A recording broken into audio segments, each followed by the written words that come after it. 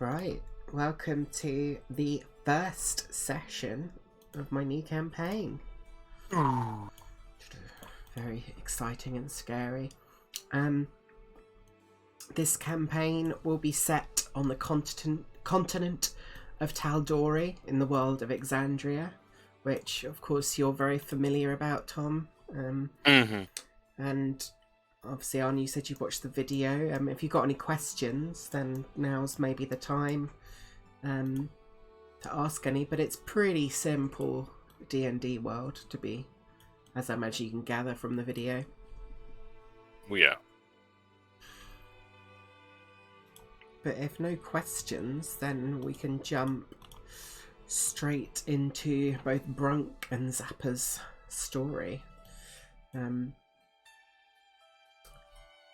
Let me, in that case, then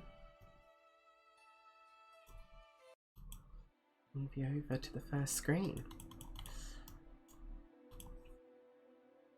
So, on the south side of the Riffin Mist Peninsula lies the Riffin Mist Jungle, a dangerous and hostile wilds that run the entire width of Taldori, 500 miles across from the Osmit Sea to the Lucidian Ocean. On its most western shores, near the edge of a long and winding river, lies the small stronghold called Drogrem, built and operated by the Goblinoid Empire, known as the Iron Authority. The Goblinoids use bases of operations just like this one, all over the jungle, in order to gradually tame the wilds.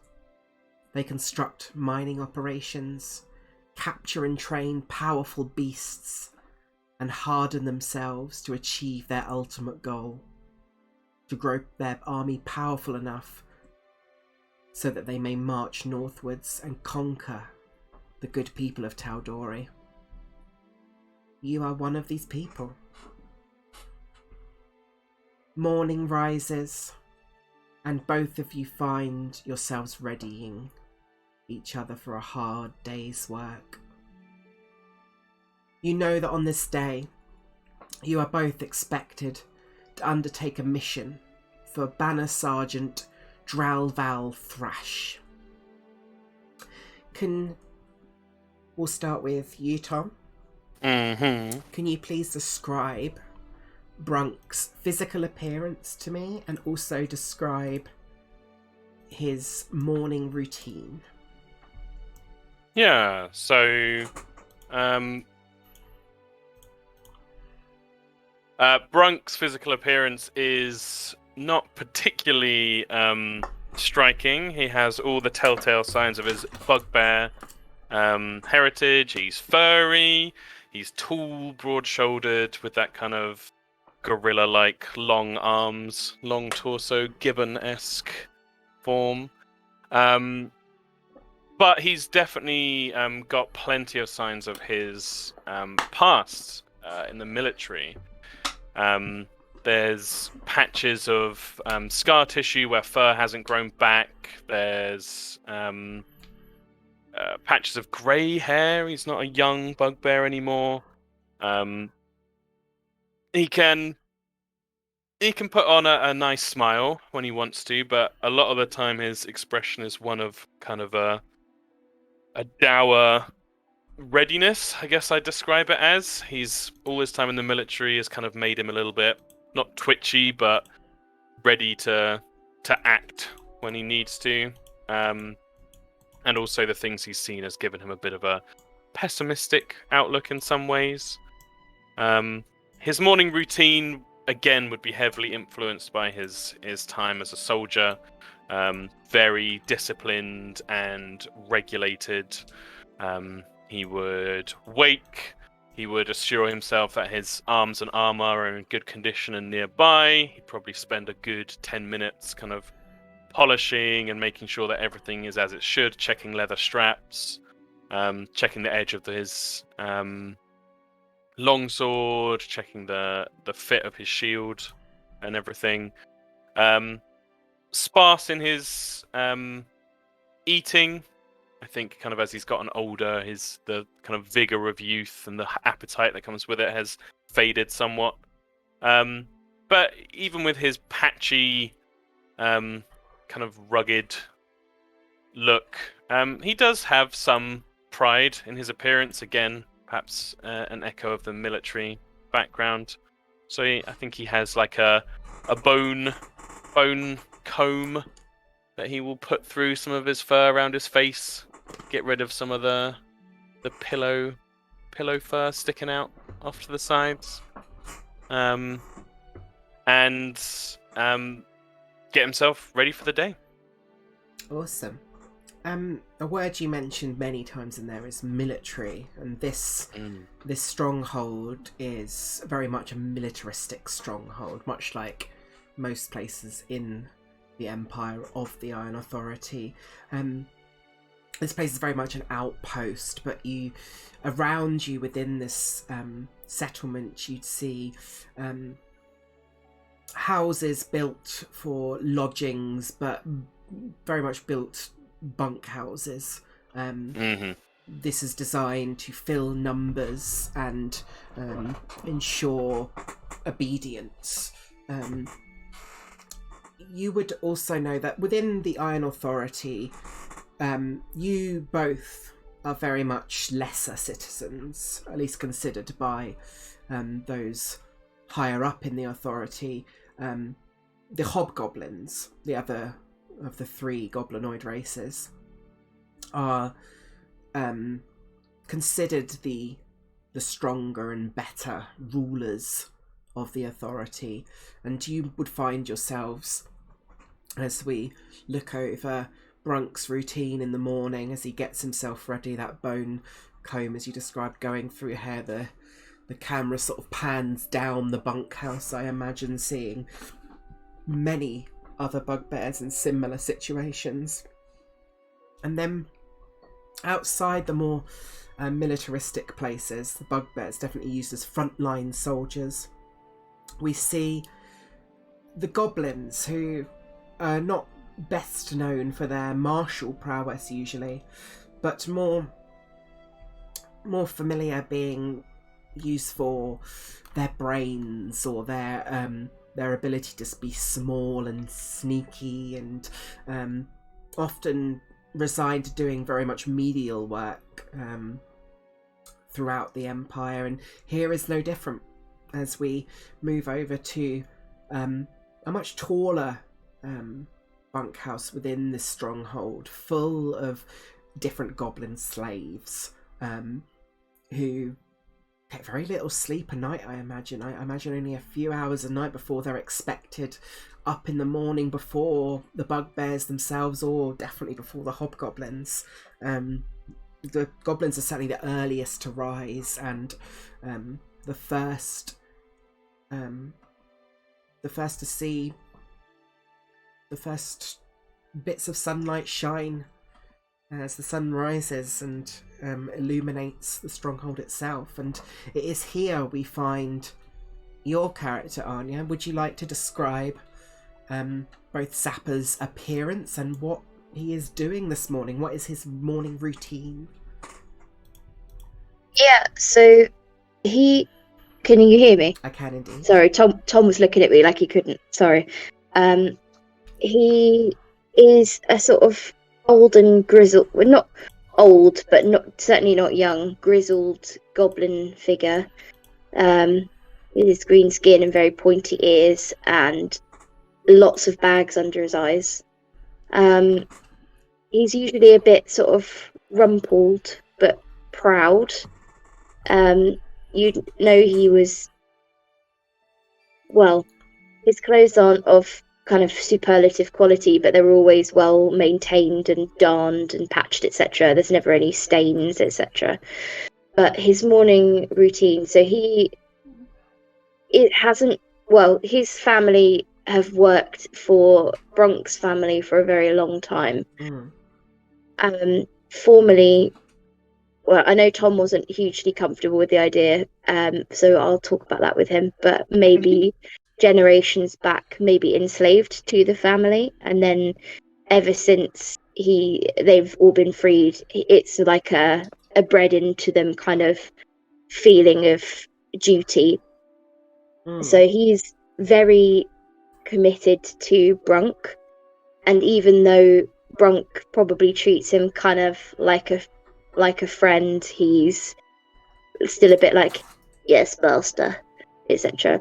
Yeah, which makes complete sense, because whilst the bugbears are certainly not officially slaves, they are definitely higher people in society than goblins, who are completely enslaved by their masters, which are mostly the hobgoblins.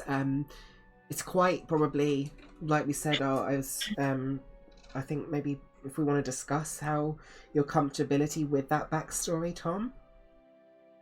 I think the idea of it being a generational thing is I'm completely cool with. Yeah, so like maybe your family owned like my great great great great grandfather or something, but it's like noble families where the title of like butler would pass down or to a son or something. It's taught loyalty to a family, is how I imagined it anyway. I love if that. you're happy with that.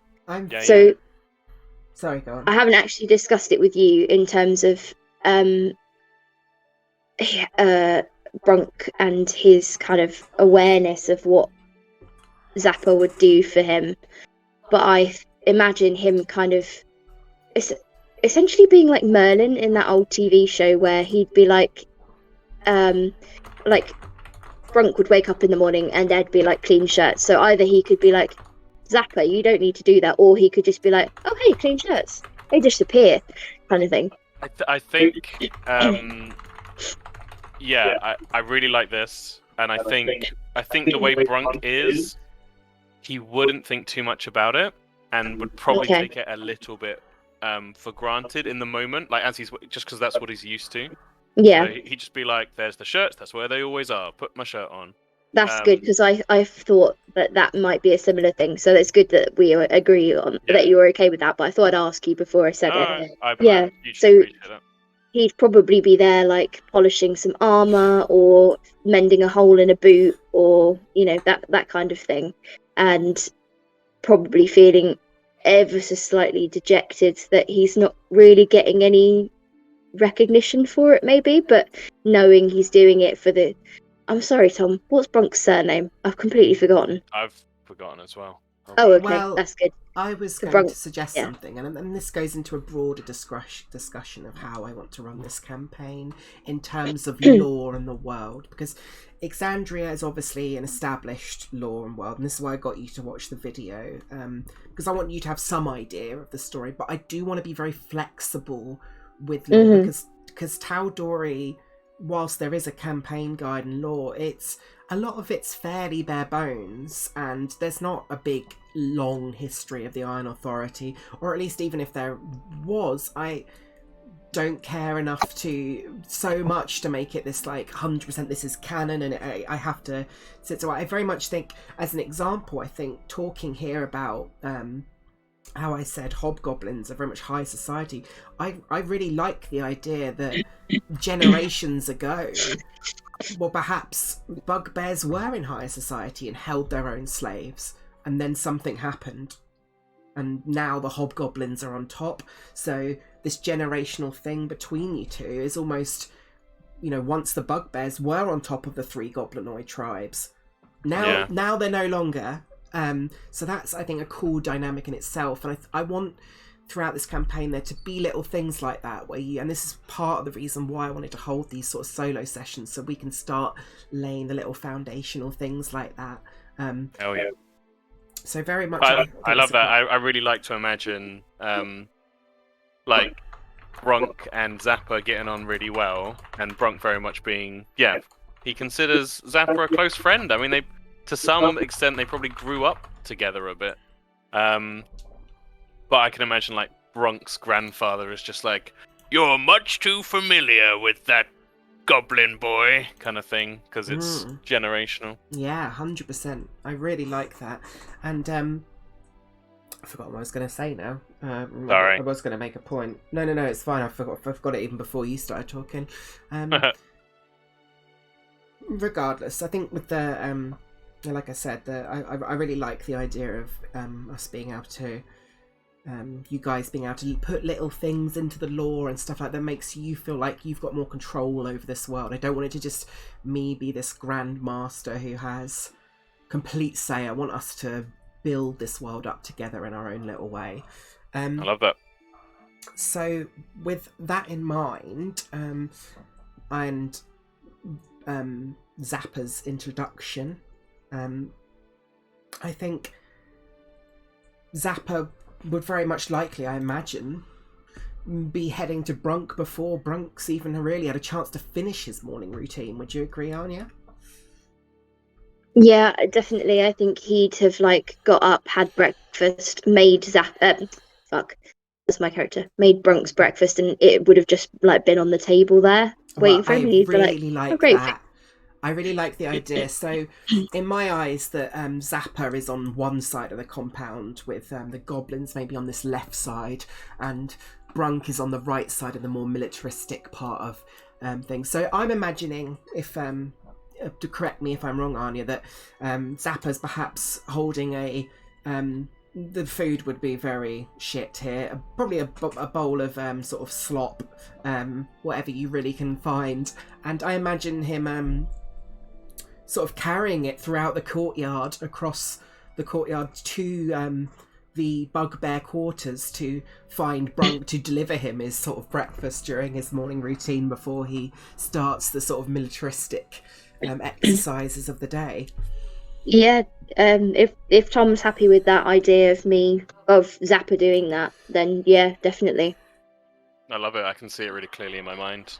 Going through the courtyard, the bowl of food. Can you please roll it? The master. Can you please roll a d6 for me then, Anya? Just give an idea of what you might see as you're heading across the courtyard in the morning. A 3. A 3. So as it is very early morning, so it is more. The sun is not quite at its full height yet. Still, there would be some who are in the courtyard already. Definitely, some of the hobgoblins, the masters, would certainly be making patrols. The guards switching shifts early in the morning. And one thing that you do notice as you're sort of carrying this big bowl of a breakfast across the courtyard, you see a number of other goblins doing a similar thing, I imagine. Sort of maybe each assigned to different bugbears or hobgoblins and trying to get the breakfast out ready in the morning. One thing that sort of catches your eye in this morning, you notice a bugbear soldier who you would not know personally, but you've definitely seen him about before. And it's unusual for the bugbears to... This is the more moment where they're really readying themselves for kind of the daily exercises and things like that. Whatever mission they may have been asked to partake in this day. So it's quite unusual to see a bugbear more on this side of the camp at this time. And he looks to you. The most thing you notice straight away is that you do notice that he seems to be sort of quite sneakily sort of skulking around would not be a unfair suggestion. Could you also make a perception check for me, please, Zappa? And obviously you've got a new character sheet with the sort of custom class stuff you're doing. I don't know if you've had a look yet, but if you do click on roll 20 for your character sheet, I've put all your skills in the left column. It's a slightly different character sheet than you'll be used to, but hopefully it'll be a bit quite clear. I'm not 100% sure where to find it because I went looking for it and it's just a picture. Oh, it's because you only joined the campaign today, so let me quickly do editor controlled by Anya. Thank you, because I was really panicking because I hadn't made a character sheet and I started making one. I was like, oh no, wait, I did have a discussion with Natalie about this. So. If you click on it now, hopefully you should be able to see it. Oh, yeah. Perception, did you say? Yeah, Sorry. so if you just click on the word with this character sheet, it'll roll it for you. It may ask if you want to roll with advantage Oh, and yeah. stuff, but... Well, that's a good start to Zappa's campaign. Hey! A natural 20. Excellent. Clearly, he's got all of the luck of that other character that was rolling shit the other day. Yeah. Oh, Hipatra, that was it. Are we doing inspiration rules? Certainly. I've not got a way to track inspiration yet for Zappa, so let me just quickly add something onto his character sheet. I'll just put inspiration. And I'll put, in the little note box, I'll put 1 out of 1. And then I will move that up to the top so it's a bit clearer. I'll put it above the spell casting. There we go. So you got 1 out of 1 on your inspiration. Because I do think that's a very cool rule. I think, in fact, I'm going to do it for natural 20s and nat 1s this campaign, because I think I like the idea of it giving you a nat 1's giving you something cool. Very nice. You do notice this, your initial suspicions with the skulking bugbear soldier are almost certainly correct as your eyes kind of move away from the awful scent of the quite frankly disgusting slop before you, and notice he is holding something quite shiny, and with a nat 20, I would say you would be able to spot that he is concealing what looks like an illegal piece of contraband within the camp. Oh, see, Zappa he likes shiny things. A bit like Gollum. Yeah. But would he know what it was? I assume he would if he knows it's contraband. It would be, I imagine, something like it probably would be. I don't think alcohol would be allowed within the camp. I think that the hobgoblins are a very strict, militaristic lifestyle. It's all about keeping your body perfect for battle, and anything like alcohol. I think this might be quite like a fine bottle of a wine, from what you can tell. Okay. Yeah, he'd probably just be hurrying to take Bronca's breakfast, but he'd be mumbling about bad things underneath his breath. Very interesting. A bit of as you carry on towards giving Brunk his breakfast, it's certainly something, a little bit of information that Zappa could perhaps use for his advantage if he chose to, knowing that a bugbear is holding an illegal piece of contraband, if he wanted to sidle himself up to some of the hobgoblin masters. In the meantime, I imagine Brunk finishing his morning routine, as you described before, Tom.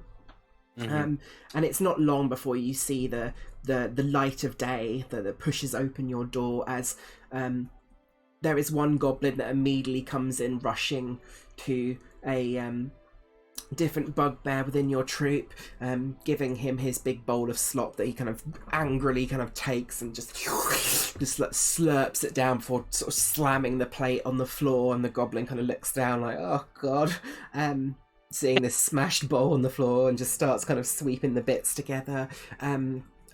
Many other goblins start filtering in before you. You do spot the familiar face of Zappa, who's kind of waddling towards you, holding this big bowl of slop. How do you greet each other for the first time, your two characters? I think Brunk's quite informal with Zappa. I think he'd just say, "Morning, Zappa." Morning, Master. Voice is so good. So great already. Very kind. It looks nice and hot. Thank you. Yeah, that's the only bad thing about you could say before it. Yeah. Yeah. Thanks, Master. And he'd sort of do a little nervous curtsy thing and look a bit wide-eyed and just be sulk away. What are you having for yourself?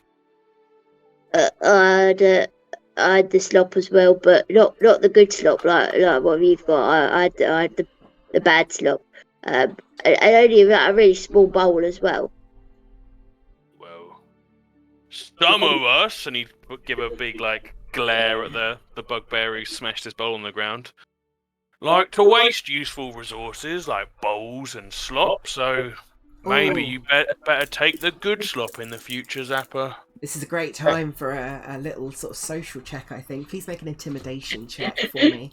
I'll say straight up the DC is a DC 12, let's say. Intimidation.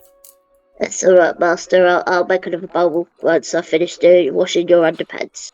Not advantage, so 10. 10. I would allow you to use your strength modifier if that would make any difference. I think it gives it another 1, It's so 11. Not quite enough. Just then this goblin, this bugbear is not afraid of you, and kind of puffs out his chest and kind of gives you a stare back before letting out kind of a very guttural kind of like and just sort of kicks his goblin in the side. You kind of like and he starts making his way out and getting ready to do whatever exercises or missions he might be expected of today. God, they'll let anyone in the military these days. Yeah, goblin like that don't look like he knows how to take care of his master. Not like I know how to take care of you, eh? You've always set me right, Zapper. Start the day right, get the rest of the day right. That's the way it works. I'm very glad to hear it, because Zappa would be pretty upset if he knew he was not doing the best by his master. Well, you always have, Zapper, and told you I'm not your master. It's just how things are. Yes, master. Sorry, master. I love these two Tom's so like, much already. This is sounding so familiar. Every time Tom's like, don't apologise, I'm like, yeah, sorry, Tom. So, I imagine Brunk sort of eagerly eats up his morning slop as Zappa watches on with his beady little eyes, getting an impression of his, in his eyes, his master, enjoying a breakfast that he's provided. And you make your way out of the bunkhouse and ready for your mission today. You know, like I said before, Tom, that Brunk's mission, all he knows yet, is to simply report for duty for Banner Sergeant Dralval Thrash, which you know would be stationed in sort of the, if we're looking at this picture, sort of the hobgoblins operate in the sort of the back part of the camp, which I imagine is this kind of higher raised part of the settlement that might come down into a similar kind of area to this on the other side. So you'd find yourselves, both of you, ascending these sort of large stairs before you come to this point at the top, like an opening, like almost like a bridge on the top, like a little hat on the top of this settlement, before heading back down. And at this point you see there is a lot more hobgoblins on this side of the camp. There is you immediately looking down, you see a large line of different hobgoblins who are in kind of military kind of exercises and doing almost like very like the New Zealand rugby team. Yeah, very similar to these kinds of kind of practicing, working through these different types of physical exercises, look like designed to intimidate an enemy. I think Brunk would make a little point of kind of sheltering Zapper a little bit, like standing in front of him and just whispering out the side of his mouth, just like, watch yourself, Zap. Hobbs might be in a bad mood today. Yes, master. I'll have a word with the other goblins. Thank you, master. Tell him to look after the masters better. And yeah, Brunk would like stand up straight and try and look as professional as possible in his military role. Can you roll a d6 for me then, please, Tom, as you're descending into this part of the camp? A 5. Ooh, very interesting. You rolled quite a cool one.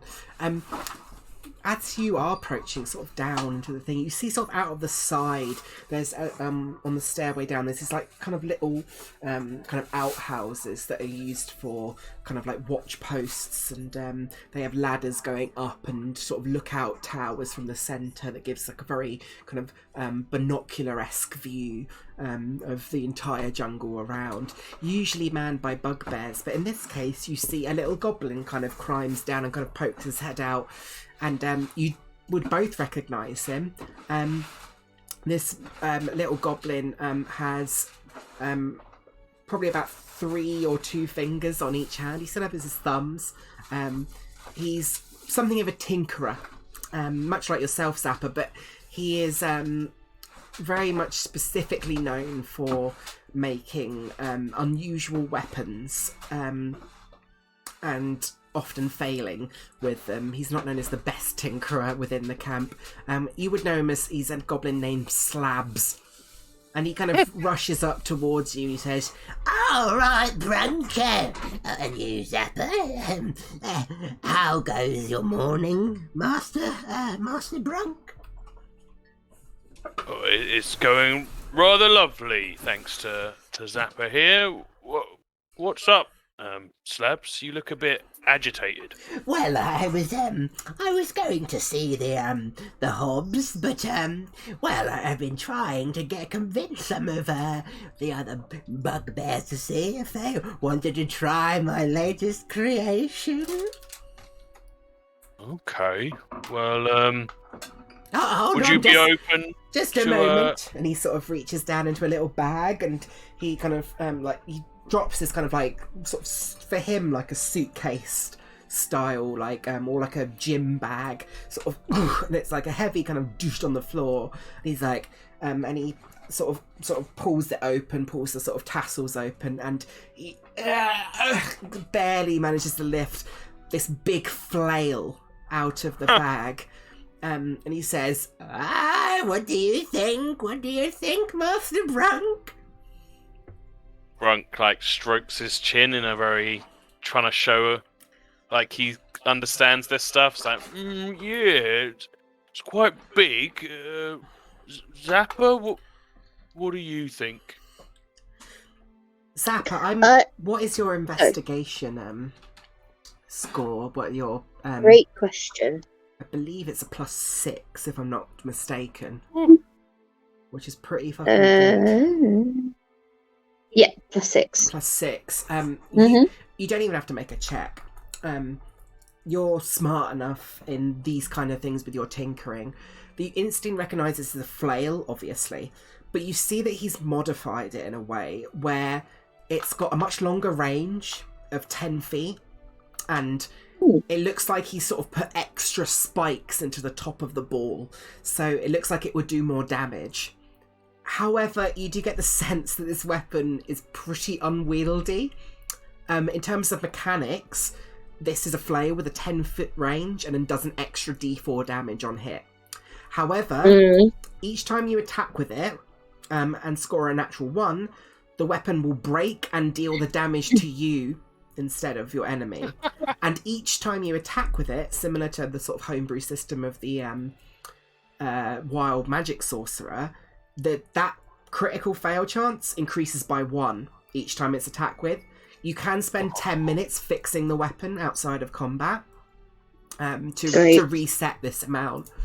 But it's it's potentially a very risky weapon to use, but it could also be very powerful because you can attack from range and deal extra damage. I reckon, Master, it's probably not the most.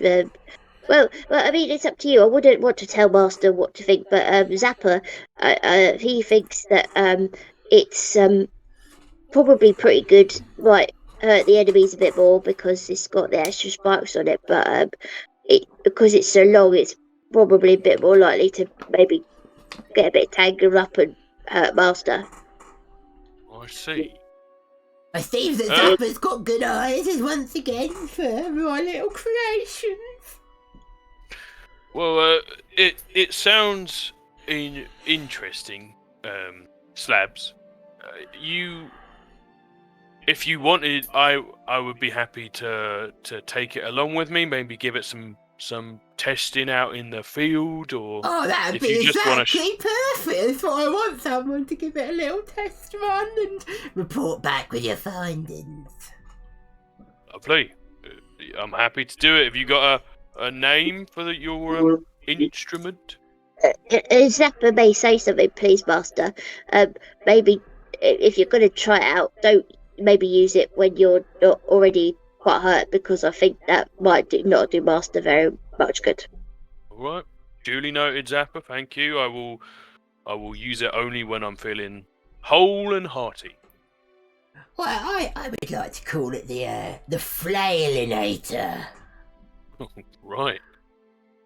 Flailinator. It will put fear into the hearts of your enemies. Don't doubt it.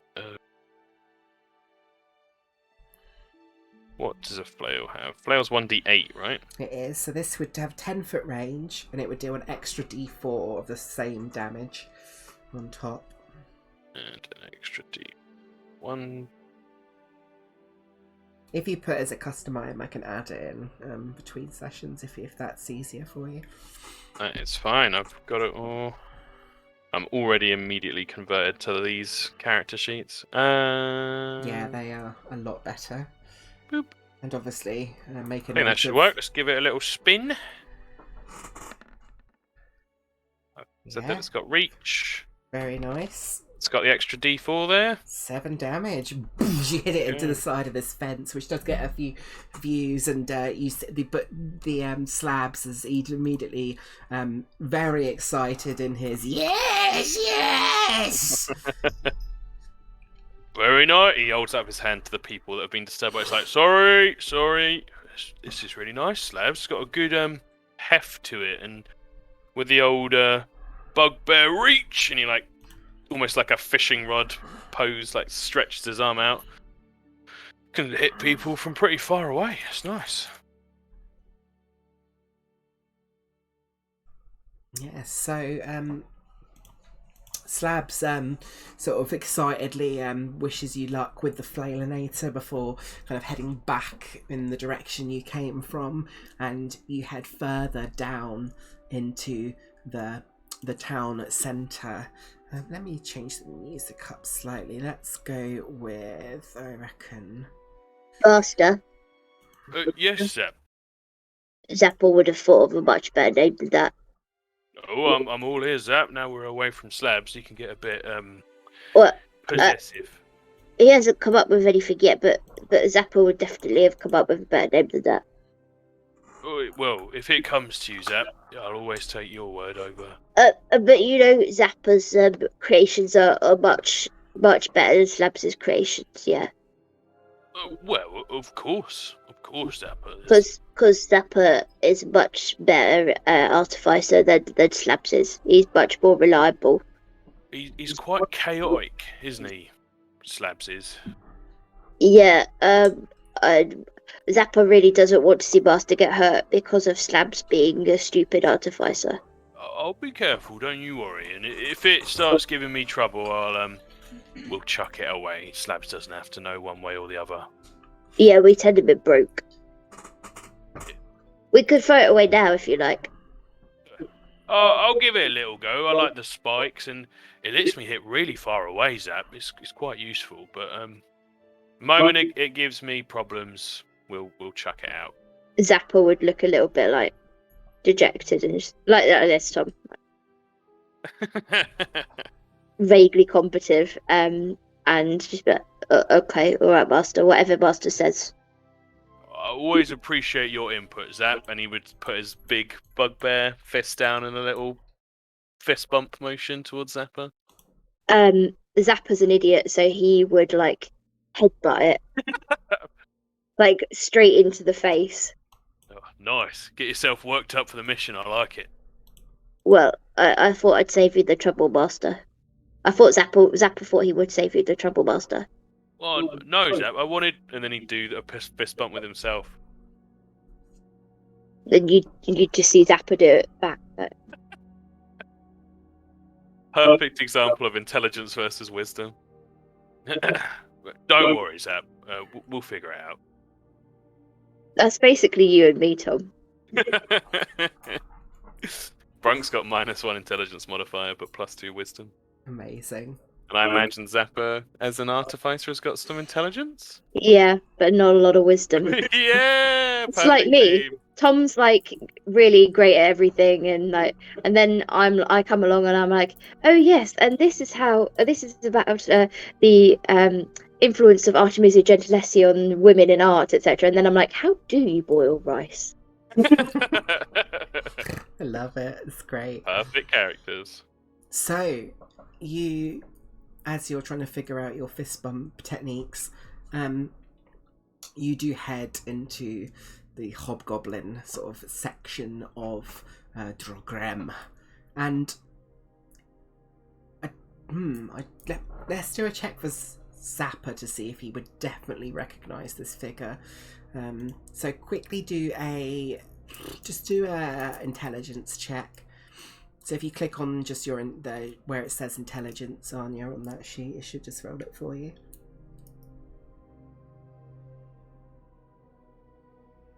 $14 is certainly enough to know. And Brunk, you would automatically recognise as you spot the banner sergeant from across the courtyard is standing alongside a very important figure you both recognise. You would recognise him as very much a celebrity within your culture. You would know him as the Archon Battlemaster, Gelgarek the Fury. Jesus. Accompanied by his elite squadron of female hobgoblin agents, the Fury Corps. Oh my god. You see that these the Fury Corps, the Archon Battlemaster, I'll put out little tokens for them so you can have a good idea of what they look like.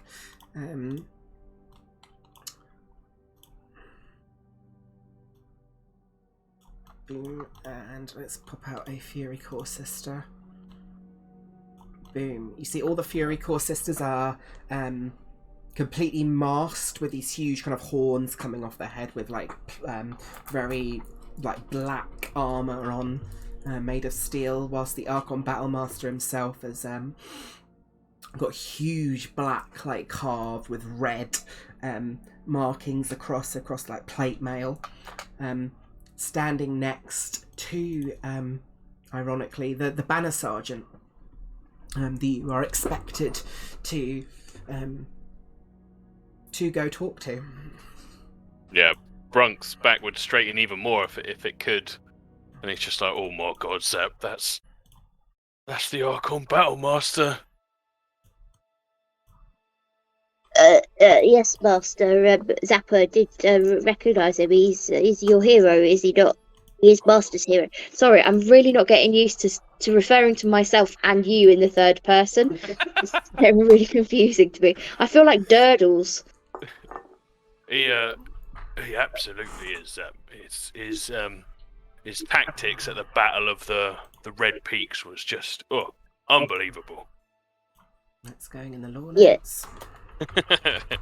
Zappa's not had a lot of time to study his works, but Master always speaks so highly of him. He must be a very worthy character. Certainly an exemplary soldier, that's for sure. And Brunk, as they get there, would do a particularly enthusiastic version of whatever their salute is in the military. Yeah, well, do a quick history check as well, Brunk. I want to see how much you really know about history. The Archon Battlemaster.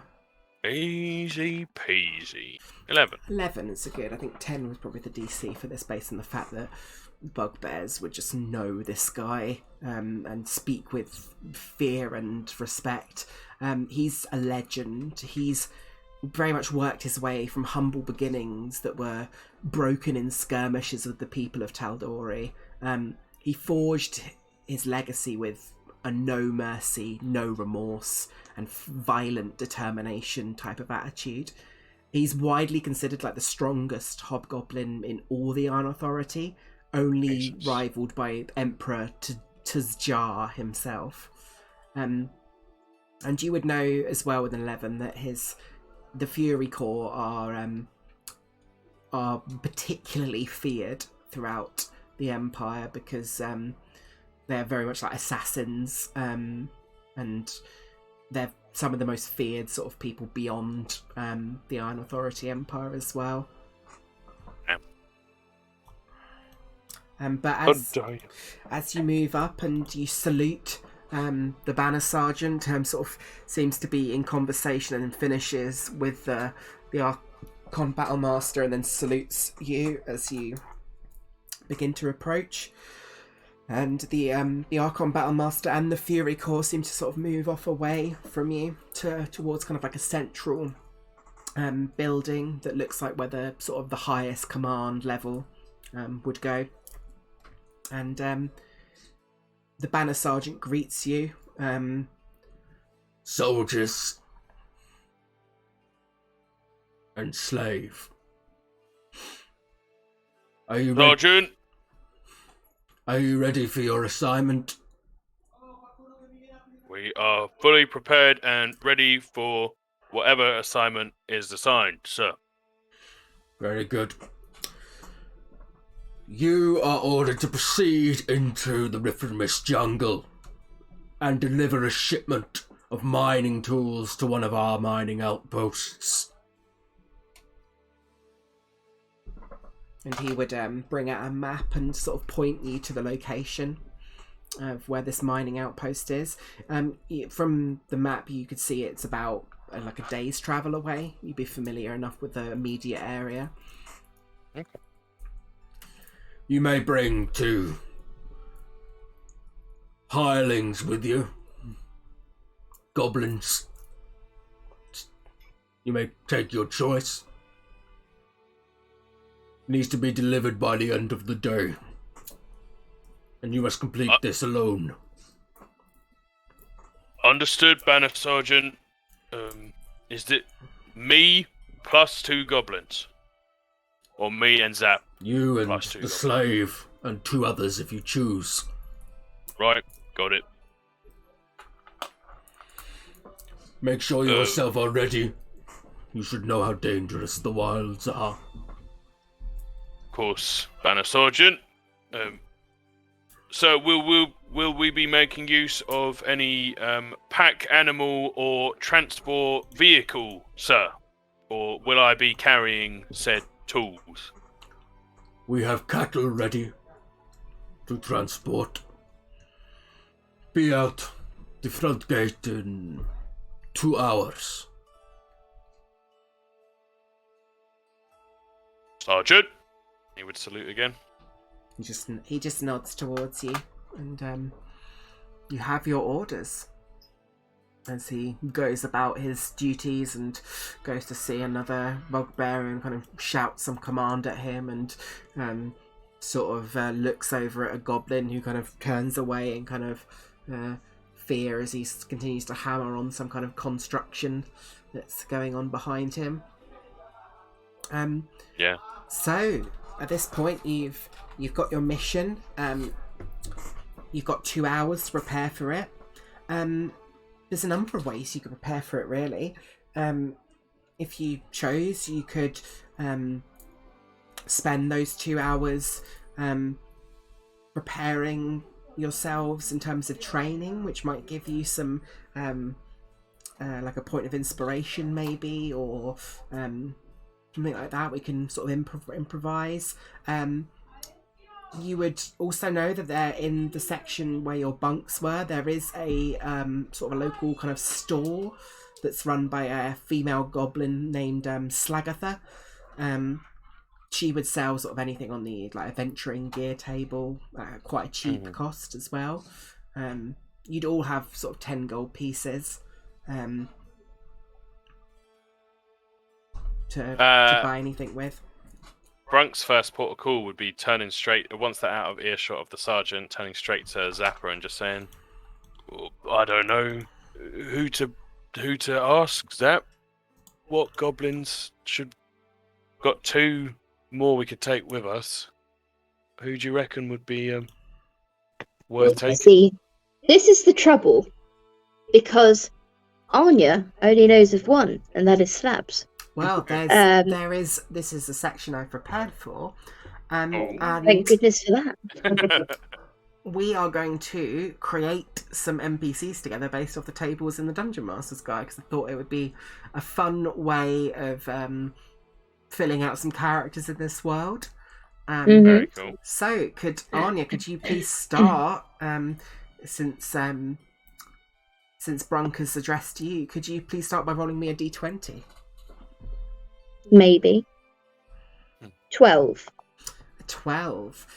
You know that there is a goblin with a unusual skin color that is like a blue, like a dark blue. Can you roll me 2d6?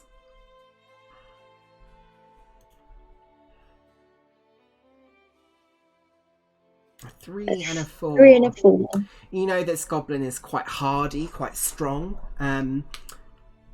but he is very dim-witted. Very stupid goblin. He's one of the stronger ones in the camp, but certainly not the brightest. I know a few goblins like that. Roll me another d20.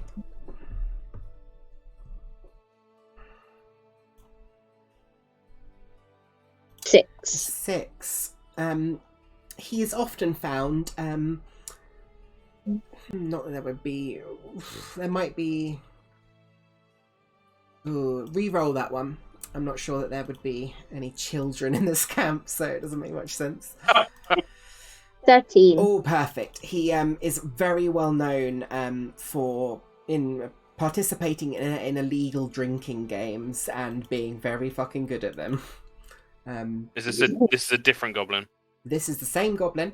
Oh, sorry. The same I'm blue writing it all goblin. Roll me another d20, please, Anya. 3. 3. He's got a. Wooden leg. If you want, let's say he's got a wooden leg, and he's got. Do you prefer low or high, Anya? It depends on what it is. Just low, like low. everyone's expectations of me. Okay, he's got a particularly low voice. Oh. Ooh, yeah, sexy.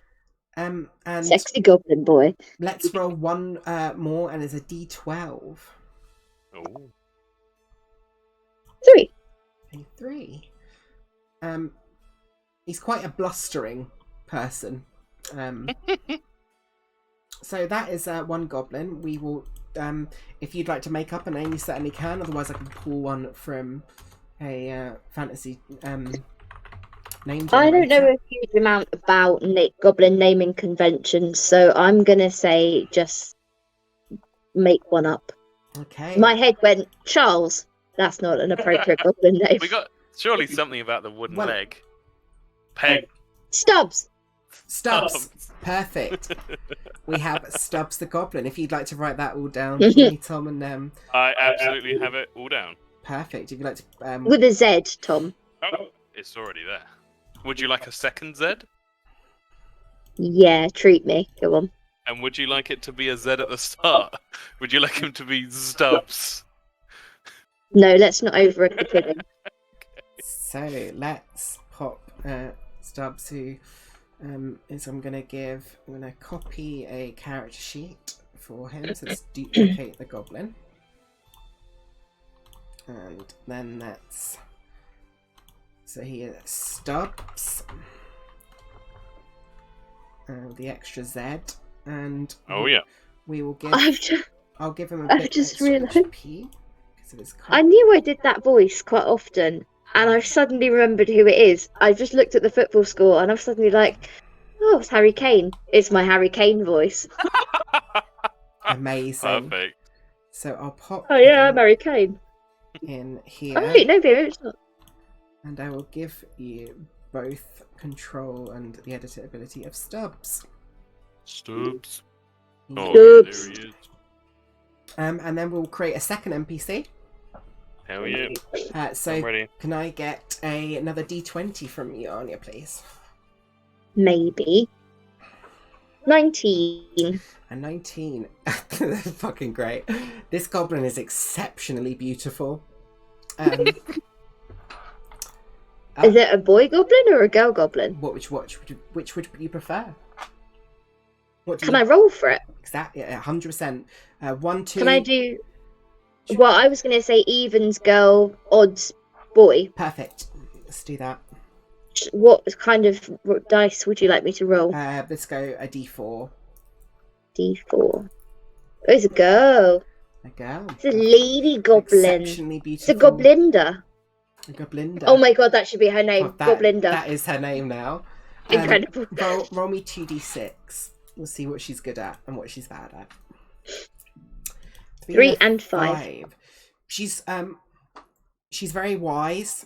This goblin. She's perceptive, quite spiritual and insightful. But she is quite sickly.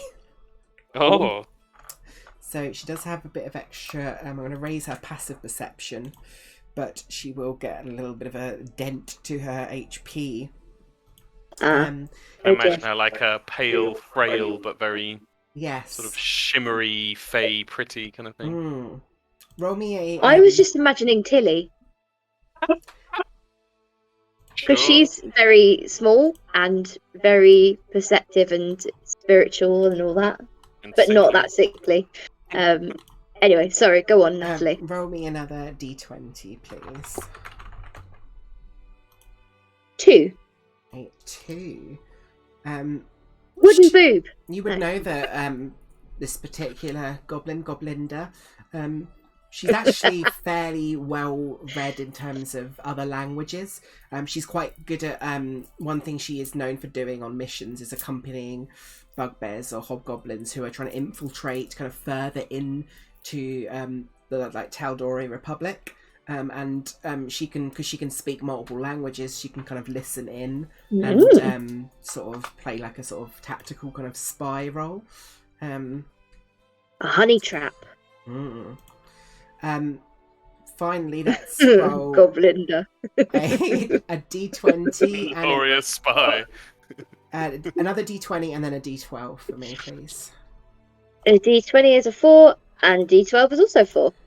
A 4 for the d20.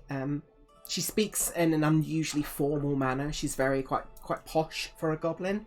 And what was the second one? We've got 5. Not 5. Sorry, a 4. And quite perfectly, she's quite rude.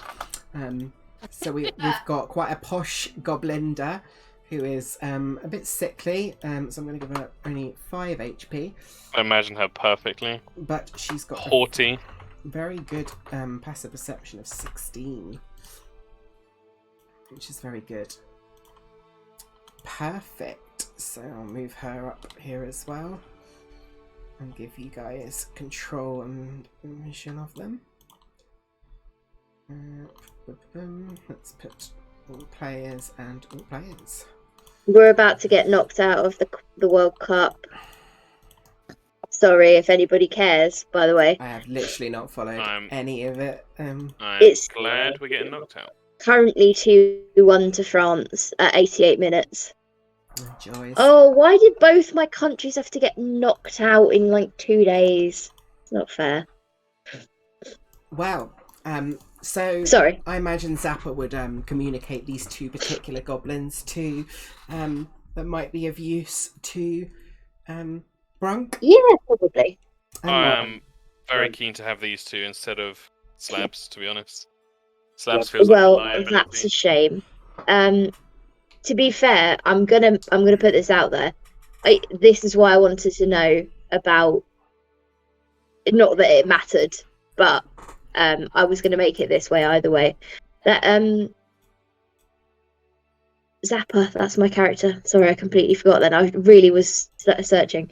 Zappa's only recommending Goblinda because he fancies her. Perfect. I absolutely love that. So, you go to visit both Stubbs and Goblinda, who Brunk could simply order to come with them. He is a superior officer. I imagine if he chose to do so, would he do that, Tom? He would. Yeah, it's part of the military hierarchy. He would order them, yeah.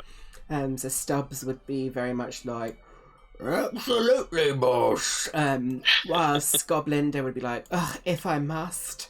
And you've got 2 little goblin hirelings that can join you in this mission. But Zappa would be most grateful if you could help Master with his mission, please, Goblinda. Well, I suppose I could. I suppose I'm. My service is just so in demand that, well, Zappa has spoken very highly of you, Goblinda. of This course is, he has. Of course, we can understand why Goblinda is in quite such demand, of course, but not in a weird way. But you would really be very good at helping Master with his mission. And then he'd let out a big sigh at the end of that, like, thank God I finally got to the end of that sentence. I don't know if I said what I wanted to say, but I got to the end of it, which is much how I feel sometimes, to be fair. Well, if it is what the Banner Master, Banner Sergeant requires of me, then I suppose I can help you on such a important mission. Right. Well, we've got about an hour remaining, and we need to meet at that gate. We're going to have livestock, and we're taking a shipment of mining tools. Right I'll out to be there. Stubbs will be there. Okay, Stubbs, very good. And he goes clacking off with his little wooden, his wooden peg leg. Oh no, they're going to die. I'm so attached to them already. And then Brunk would say to Zappa, Zap, do you think for the last hour, maybe you could help brush me up on some of the what we might expect to come up against out there, if there's anything in the books, might help give us a bit of a tactical advantage. I assume he'd know. I don't know if he would, to be honest. A tactical advantage. Let's find out. Let's roll a nature check for you. Ha ha ha ha. Goblinda. Nature +6. 17's really good. Oof. Okay, in that case then, roll me a D100. A D100. 71. 71, which would put you in that range. So, pick a number between 50. Well, actually, I think this will give you the full range. You would know there's a number of different creatures within the forest, and basically how mechanically this is going to work is that there's potential random encounters on your way. Anything from a 50 to a 75, you're going to basically have, with your knowledge, you're going to have like advantage on avoiding these particular random encounters. So these things could range from a lot of different creatures. You might bring up the fact there might be like phase spiders within the forest. Ankeg are very well known. Sort of constrictor snakes, dire They have wolves, delicious eggs. things like that. Owl bears. Cool. Can always rely on your brain, Zap, and he'd give him a little pat on the head. I'm not gonna lie, I've now just thought to myself, does owl bears imply that there are bear owls? Oh, God. Which I'm now trying to imagine. Sorry. Thank you, Master. Zappa is most gratified for the praise. Thank you, Master. Not at all. Well earned, Zap. Let's get this done, get it all sorted, back, get some nice slop for tea. Brilliant. I'm just going to go and grab my phone charger because my phone's on 5%. That's fine. Whilst in that last hour as well, would you like to go to the shop, or do you think you're well prepared enough to not require? I have done. I did the rolling for gold. Oh, thing absolutely for Brunk, fine. Yeah. and got quite lucky. And so, if you look on his character sheet, I've got a load of stuff. I went full Greta and bought a load of different things. Oh, brilliant. So that's absolutely fine then. So he's all sorted. Sorted. So unless he is. Zappa wants to buy anything from the shop, then we can proceed with the next section. Does Zappa want to buy anything from the adventuring shop? Money. Well, Natalie said you'd have like 10 gold. Yeah, you'd have like 10 gold. Oh. No, she thinks Zap's fine. Okay, brilliant. In that case, then you proceed to the skirts of the settlement, and you find a number of goblins repairing your beast of burden to your ox to begin moving this mining equipment through the forest. You've got Stubbs and Goblinda here ready to accompany you. So we shall proceed to the travel. Oh. So let me quickly orientate the recording map. Okay. Awesome. So, how this is going to work is that the journey to the mine is about 1 day away, and it will require a full day of walking to reach it. Obviously, if you wanted to go slower or faster in your pace, you certainly could do that and reach it quicker, which would cut down the amount of checks you do, or would potentially allow you to make it stealthily. But it's up to you. So how fast do you think you would be moving? What pace would you be travelling at? I think Brunk would be leaning toward. He's quite a sort of steady as you go type. I think he would think a normal pace. Yeah, Anya's nodding. Okay, in that case then I would like you, or to assign one of you, to make whoever you choose to be sort of the leading check in a survival check. That'll be me. Seeing as your wisdom is bad. I'm doing it. A natural one. Oh, nat one. I'll take that inspiration. Yeah, please do. Please roll me a D100. 76. Which is fortunately is one outside the range Yeah. of Zappa's little thing. Let's see what result you got.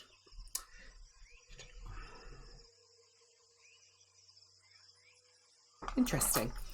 You travel for about 2 hours. Is there anything roleplay wise you would be doing during this time? No.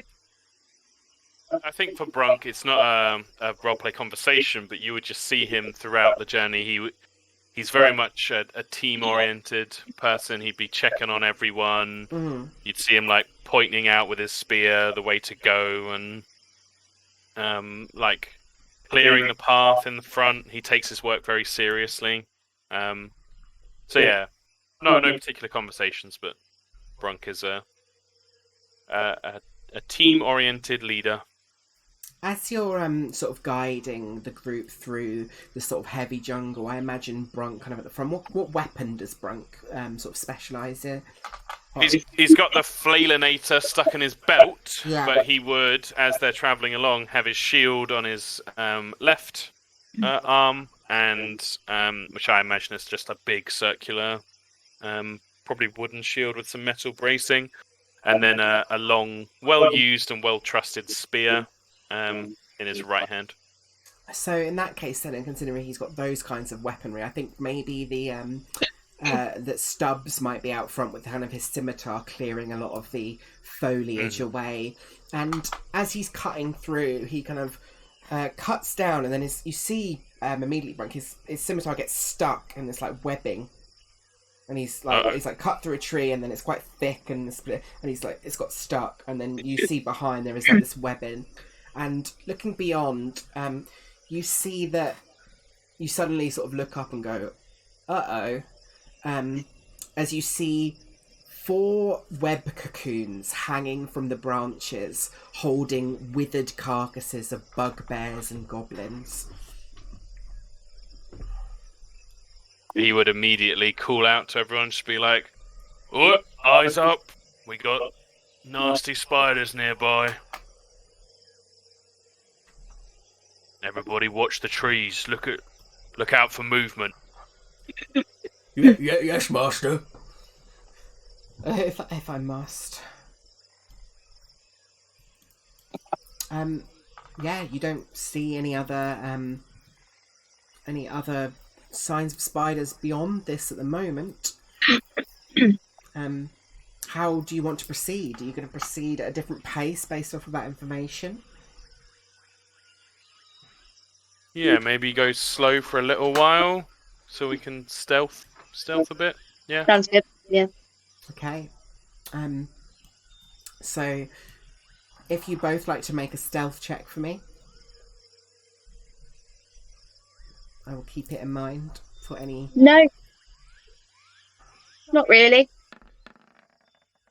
Disadvantage of 2, great.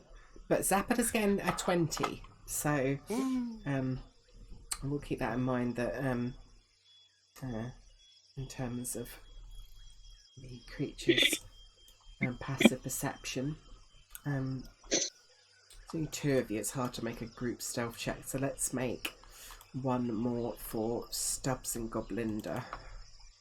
I'll roll that quickly. They do a pretty good stealth because they are goblins. Let's go Bim Bim.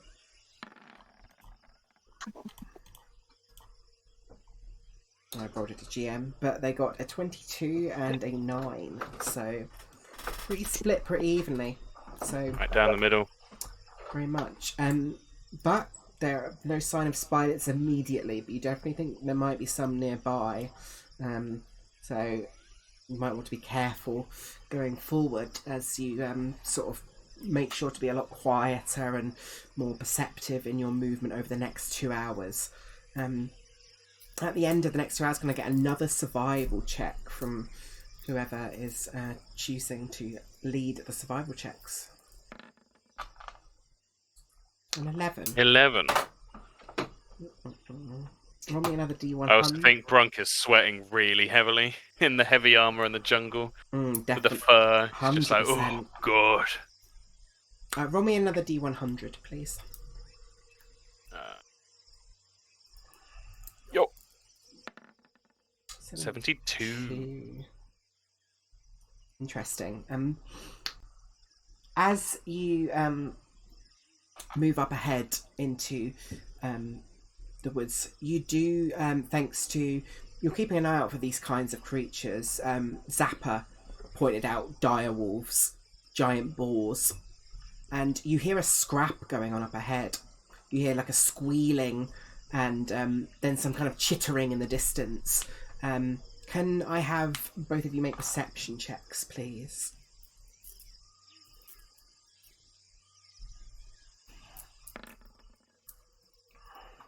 15. Very good. 15 for Brunk. And a 16 for Zappa. You do both spot this before it becomes an issue. You see that there is a giant boar that is being chased down by 3 giant spiders that are trying to prey upon this creature. How do you react? Are they going to cross our path? It doesn't look like it. They're about probably 30 feet in kind of like a small clearing within the jungle. You're kind of imagine you peering out through a little kind of like eye hole within the bushes kind of thing. You're very much observing this encounter. It's not something that's going to directly affect you. What do you reckon, Zap? I reckon maybe we should just leave it unless it's becoming an immediate threat, Master. Let nature take its course. Yeah, I think that might be best. Alright, Yeah. that's good enough for me. Zappa thinks maybe don't put ourselves in any danger. We don't have. I mean, Actually, how closely would Goblinda be listening to this conversation? She'd be right next to you, kind of filing her nails, I imagine. I mean, I don't. Zappa doesn't have a problem with danger, but Zappa doesn't particularly want Brunk, Stubbs, or Goblinda to get hurt. Right. Well, that's 3-1. So we'll keep moving. We'll use. If they're going after that poor boar, they'll be occupied, hopefully. So let's pick up the pace a bit and move on. Shame, I would have loved that giant boar for dinner. Stubbs I understand, Stubbs. Yeah, I will say you got very fucking lucky with those rolls because it was a 50-50. I was very much putting it in favour of the spider finding you, but because you got only a, you'd have to roll. I'll be open with the rolls because I think it's very much a rolling kind of section. The DC for some of these encounters is a 15, and if you get 5 or more less, then it starts to get combat heavy. So you only rolled an 11, which is not enough for it to be a full-on combat encounter. But it because of the situation with you rolling a natural 1 before, you did roll a non-encounter on the table. But I was very much considering if you failed the stealth checks and the spiders would, you would have come across some spiders based on the fact that it was web cocoons you found. But the only thing that saved you was Zappa's nature check, because it would have been 50-50, so they would have been coming your way. And luckily for Zappa, making you more aware of the situation with that nature check means that you do manage to just avoid these spiders. Let's get it, Zap. So what speed would you like to proceed at? I will say for now, at this rate, you are going to have to make 1 exhaustion check. I think because they're trying to get away from the area with the spiders, I actually think Brunk would want them to go fast Okay. for a little bit. So there will be no perception checks. So I'm going to say with the DC, if you get encountered, it's just straight up a 15 this time. It's a risk with going fast because you will get there quicker, and that will stop the exhaustion check. But you will, if you get less than a 15, you will be facing an encounter. Am I rolling survival? Yeah. Oh, the odds are I don't get unless a 50. it's between a 50 and 75, that'll give you oh yeah, true. An advantage on this roll. So we'll see. You get to re-roll it. Should I do the D100 first? Oh no, re-roll it potentially. Potentially, yeah. We'll see. Survival. I do have inspiration, so I may use it. A 20. I will not use it. Let's go, Brunk. Very good. So, Brunk, you command. Describe to me how you command the group forward to move fast through this jungle, this thick. I will remind you, a very thick jungle. I think he moves to the back of the whole group, and he more than commanding the group, he drives the cattle a bit. He takes the blunt end of the spear and he's prodding them in the butt. It's just like, come on, let's get moving. Got somewhere to be. And he's sweating heavily. And I think probably with how much he's sweating and panting, he looks quite scary. Big bugbear. He's just like, definitely. The fangs on the lower jaw. He's like, come on, move it. Let's go. Okay. So he goes into a bit of a drill master mode. Brilliant. And you carry on like that for the next 2 hours of travel, pushing through the wilds of the Riff and Mist jungle. Can I get the next survival check? How are you planning to proceed for the next 2 hours? Back to normal, probably? Yeah. You've kept your pace, so you're back carefully. up. You want to go slowly? No, but I think Zappa would be a bit on edge having seen this fucking massive boar being attacked by these spiders. So that was right, wasn't it? Yeah. Did I get entirely the wrong end of the stick? No, absolutely right. It was Sorry, I get so easily confused by things that I was like, shit, have I got that wrong? No. So I think he'd be like, Zappa thinks that maybe we should maybe not go quite so fast, boss. Maybe like a normal pace, not quite so fast. We don't want to end up getting attacked by those spiders. They look nasty. Right, you are, Zappy. Sorry. especially considering you just rolled a 7 in the survival check. So, I'm having a bit of a mare's up. Yes. good luck was bad to come to an end eventually. So please roll a d100 for me. Oh no. Come on. Between 50 and 75. 44. Damn it. 44. Okay. Roll me a d4 to start with. D4. Hop. 2. 2. So it would be them. Okay.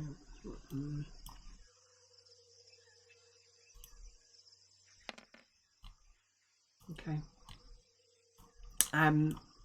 Make me perception checks, please. Got a DC in mind. Perception. Very good, Zapper. That's what we needed in this situation. 14 is also beating the DC of 13. You do in the distance spot an unusual sight for this deep into the jungle.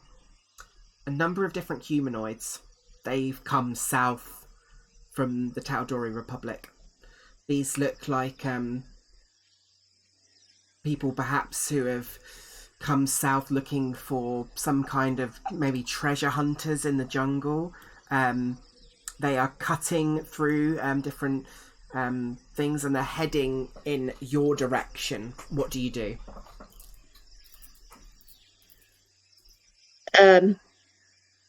Panic. Goblinda. Yes. Front and centre. Yes, Master.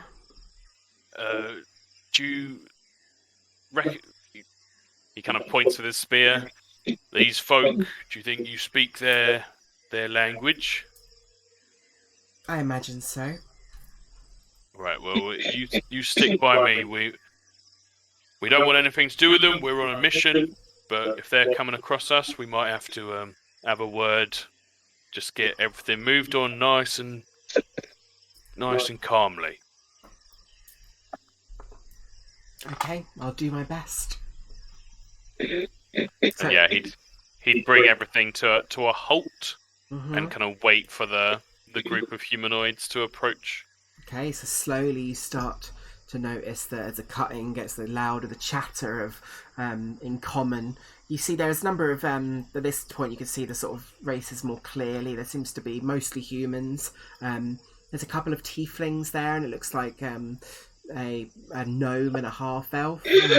You see that one of them shouting out to the other, just saying, "Come on, Belinda, I don't think it's this way." And then she sort of shouts back and says, "Don't tell me what to do. I know exactly where I'm going at all times in this place. I've studied the maps." And she says, I swear we've seen this tree before." And then Zappa quite likes the sound of her. And then they cut through, and then they stop in their thing, and they're very much like, "Oh crap, it's Iron Authority." They kind of ready their weapons. What do you guys do? Good afternoon, he says in, I guess, broken common. Yeah, I mean, do you think he would speak common? There would definitely be a second language for him, but... Yeah, I think maybe he's got, like, basic stuff, so he'd be like, "Good afternoon." How good would Zappa's common be? Or would he know what language they speak? You would certainly speak common. I would argue that since your intelligence is pretty high, you probably speak it pretty fluently. Okay. Would he know kind of what language these guys are likely to speak? Or is it just... I think, again, with an 18, you would probably just know that they speak common. You would know that you guys speak Goblin, these guys speak common. He would probably just say, "We come in peace." Can I have you can choose who you decide. You will get help from Goblinda, because you did specifically say to help. Yeah. She is weaving her words as well alongside you. But yeah, whoever wants to lead a persuasion check. What's your modifier, Tom? Mine's -1. Mine's 3, but with Brunk's broken common. I guess he's got body language and stuff. So yeah, You could also just whisper it to Oh, yeah, Zappa, true. and he could translate it. Yeah, and this is Tell this them is, this is a group we just check. want to pass. Okay, cool. Persuasion. With advantage. advantage. Goblinda here. 13 is. Would you like to use your inspiration or not? Anya's expression makes me say yes. So I roll once more, right? Yeah, it's with advantage, so you take the highest roll.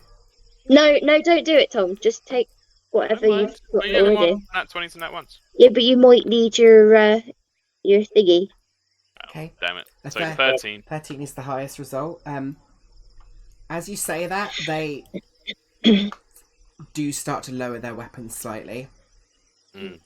And that's sort of what looks like this leader, whoever they were calling Belinda, kind of calls out and says, "You..." And she speaks in broken goblin and says, Oh! "We want no trouble. Seek treasures. No quarrel with you." I think Zappa would probably take the initiative and continue speaking in common and say, "We want no trouble either. We..." that's not my voice. Yes, Tom. Tell them there's spiders that way. Watch out for the spiders. Oh yeah, I forgot about that. There are big spiders. Beware, they're eating boar. Thank you for the warning.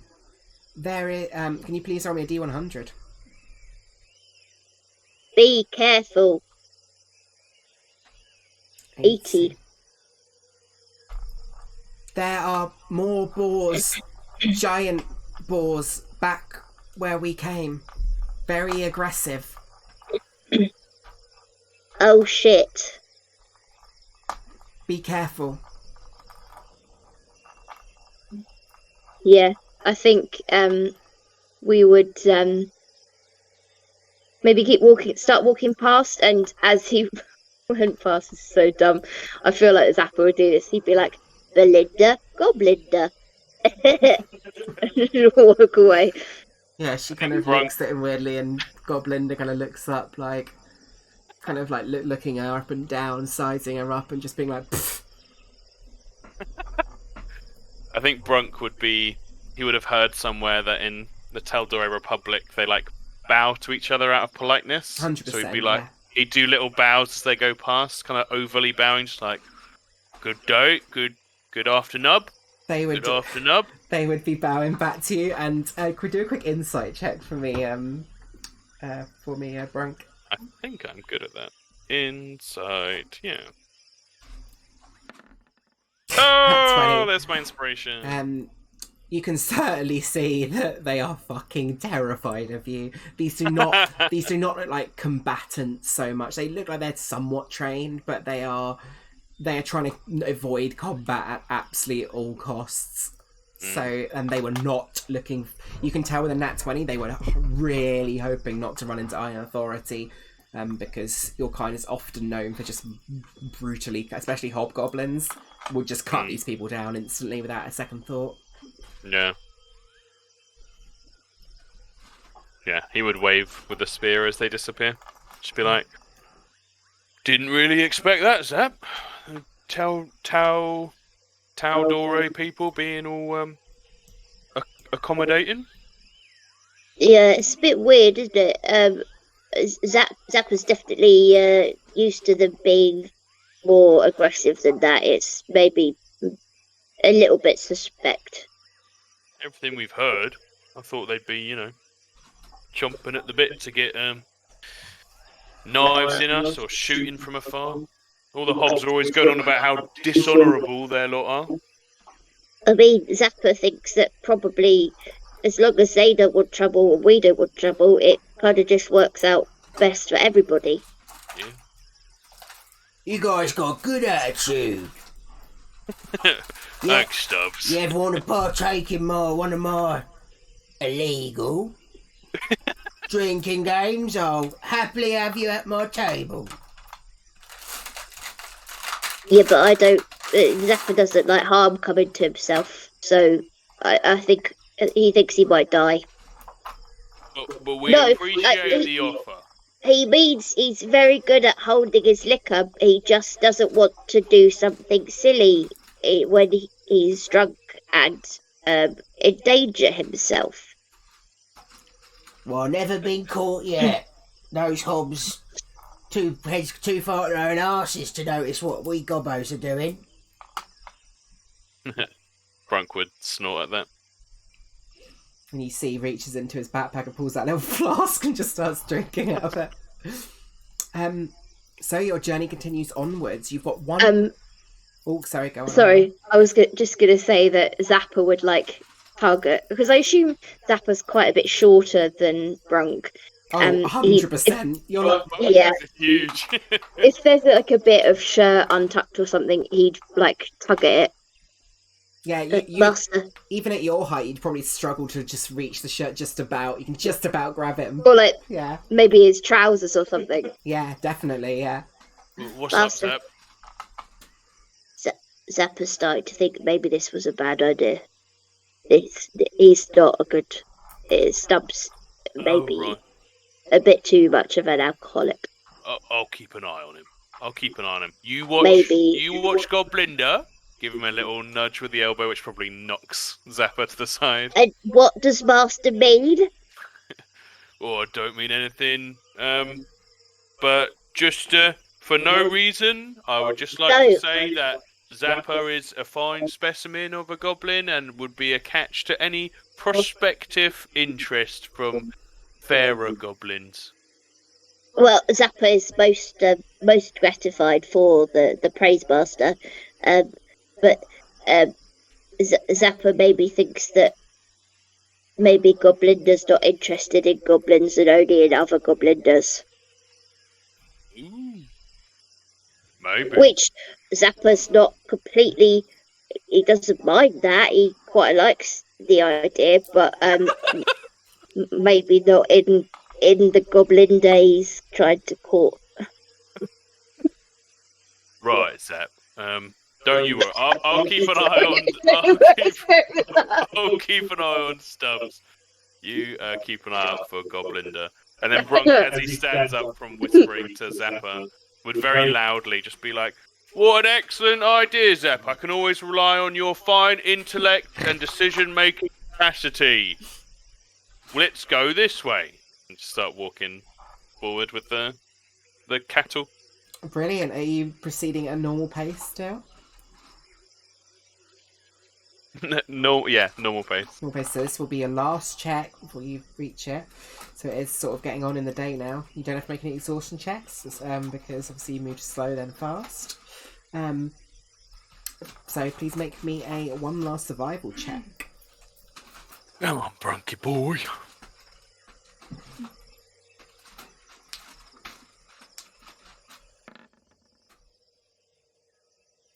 $13. So roll me a D100. Ooh. You did fail, but not by 5 or more. 14. 14.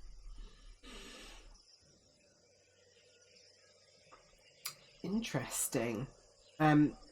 So you start to hear in the distance barking, of all things, and both of you do bring perception checks to see as you get closer. 4. Oh, 4. 9. Oh. No, all you can hear in this instance is barking. It's about probably 200 feet away.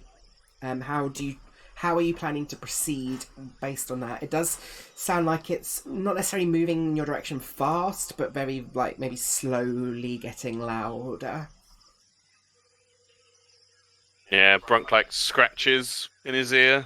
He's just like, "Did you hear that, Zap? Dogs or something?" No, Master. Zappa doesn't really hear anything, or not above the usual barking that he has in his ears. Oh, maybe I'm just picking up on that as well. All right, guys, let's keep going. We're nearly there. Okay. In that case, then I'm going to need you to make a group stealth check just to see if you get spotted or not. Oh no. Let's go chainmail. A 2. 2. If you'd like to roll for the 2 other goblins, I think you should be able to roll for them, Tom. Oh yeah. Stealth. Not advantage. But a 24. We'll take the 24 and I'll take the 23 as well, because... Oh, amazing. yeah. So it's Good pretty job, good. Gobbos. So we'll see what Zappa gets. Come on, Zap. Because if You it... got Wait, this. if what am I doing, sorry? a stealth Oh, check, stealth. please. Sorry, when you said group stealth check, I just for some reason assumed that Tom was rolling for all of us. Sorry, No, that was me sorry, being an no, idiot. that's fine. Oh! Oh, fuck me. Ooh, so it is split 50-50. So I think in this situation, I would argue that it would be a perception roll on the part of whatever is... Oh, It's looking for Goblinda, you. rolling that 20, please. Well, she's already rolled, unfortunately, and she did roll pretty fucking well. So I'm Please, enemy, rolling that one. these guys would get advantage as well.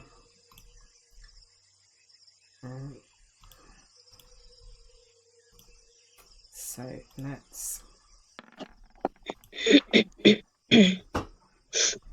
yeah. Okey-doke. Bear with me 1 second.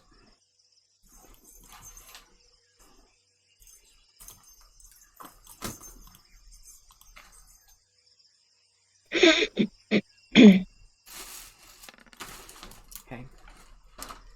Just bear with me 1 second.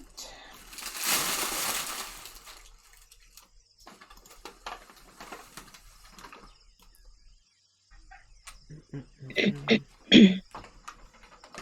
am not in there.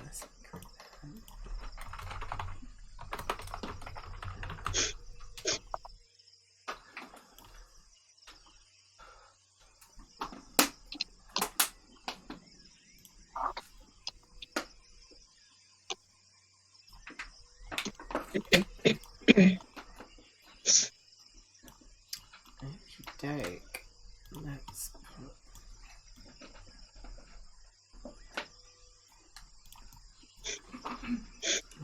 try you guys out.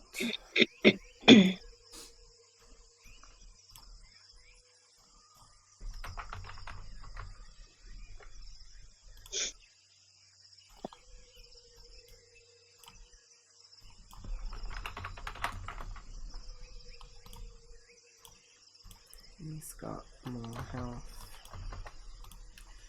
She has got less health.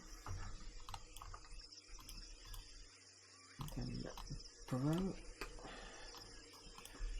Right, so as you continue on your march, you eventually come to a path and a walkway where you cross paths with what, like, 2 sort of tribal folk who you would both know the sort of, they sometimes live out of the forest, and it looks like they've got 2 hunting dogs with them.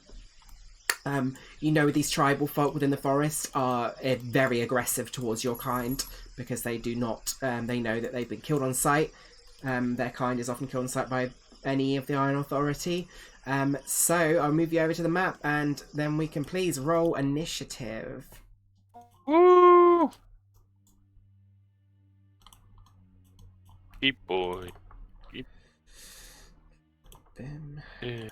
Initiative. Boop. Which allows Brunk calls out as he sees this shit's going down. He's like, "Oh, crap! Form up, everybody! And I will use my Form Up ability.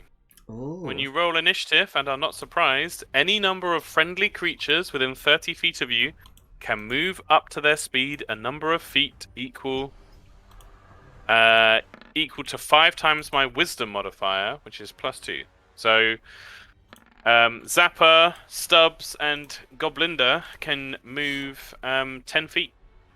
Interesting. So Stubbs, I think, is quite strong. So, I think, would you want him to move up? I think, because I think Brunk's included as well. I think Brunk would want to be 10 feet forward. Yeah, Stubbs would move 10 feet forward, I think, as well. Or I'll let you control him, Tom. You can tell me where you move. I can't currently move the Oh, token. hold on, let me update the token and then he should be able to. Let me select a token. But I think that's fine anyway, because I think Brunk and Stubbs next to each other, and then Zapper and Goblinda behind. Front row, back row. Very good. So like that. Zapper, do you want to move a bit? Yeah. There you go. Awesome. So Stubbs is at the top of the turn. You should be able to control him now, I'm hoping, Tom. I can't move the token. Right. I've got his character sheet, which I've got access to, but I can't move the token. Maybe drag him back out. Stubbsy boy. No, weirdly, I can drag him out, but then can't move him on the... I'm sure there's a reason, but I cannot be bothered to figure it out right now, so...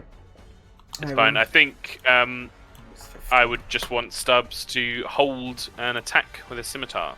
Okay, hold an attack with a scimitar. What would be the trigger? For an enemy being within melee range of Very him. cool. Which the Mastiff would be this one. And they do have, I believe, 40 feet of movement. So they are going to... The tribal warriors would tell him to rush up, and he can get into range. Gonna roll a d4, see which ones he would get closer to. 1, 2 Stubbs, 3, 4 Brunk. Stubbs it is. So we went to Stubbs, who gets his reaction. No advantage. Oh, it's rolling with advantage. A for him. 16. I think I can 16. probably change it. It definitely hits if you want to roll damage. Yep. Boop. 8. And he instantly Stubbs, just as it's running towards him, this Mastiff, like full speed, stabs it right in the throat, and it instantly goes down. Good job, Stubbs. Zapper, it's your go. First chance in combat. If you got any questions about, obviously, your character sheet, then please don't hesitate to ask.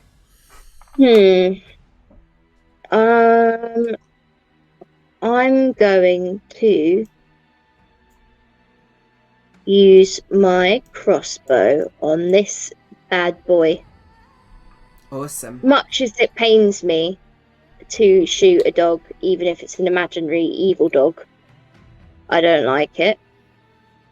But I'm going to do it. 18? Definitely hits. How do I do the damage? So if you click on in the chat where it says Zapper's crossbow, just click on that. Oh, 10.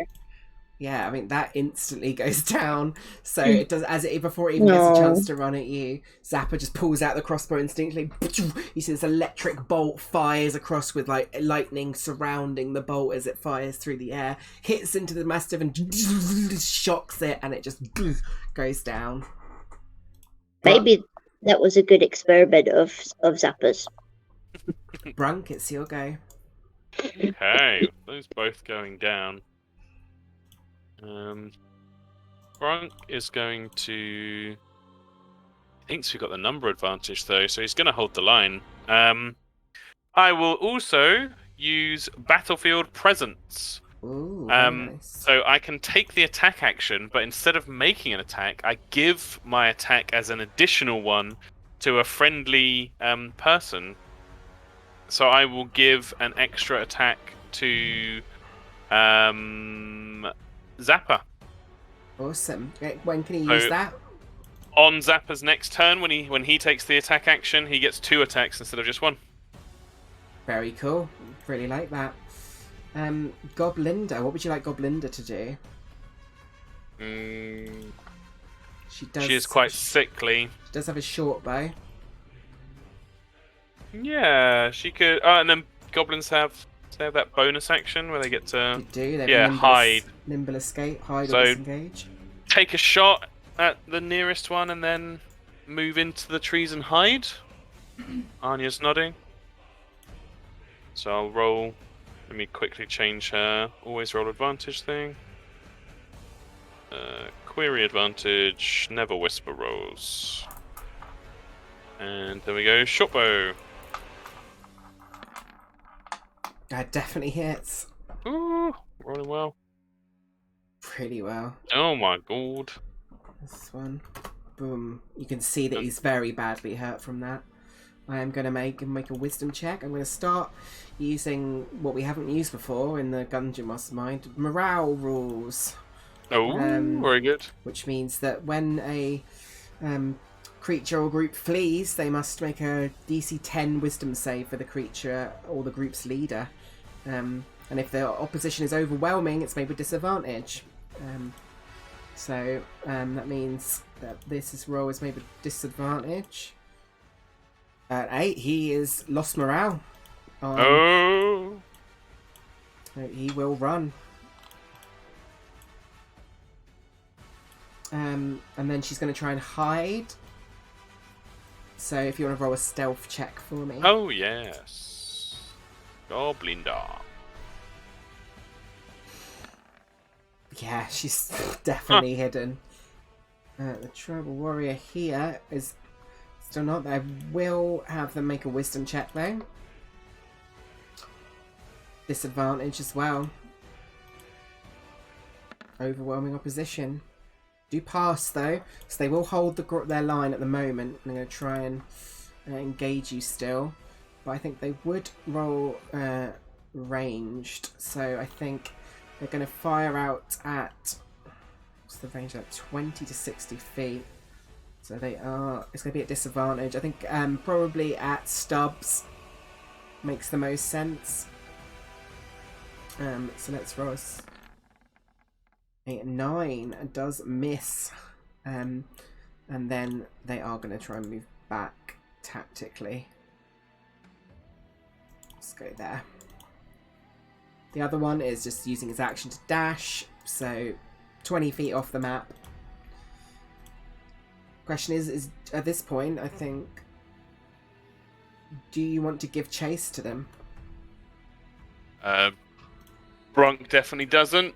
He wants to stay with the cattle and their mission, their objective. Oh, Zappa would do whatever Brunk does. He'd take his lead from him.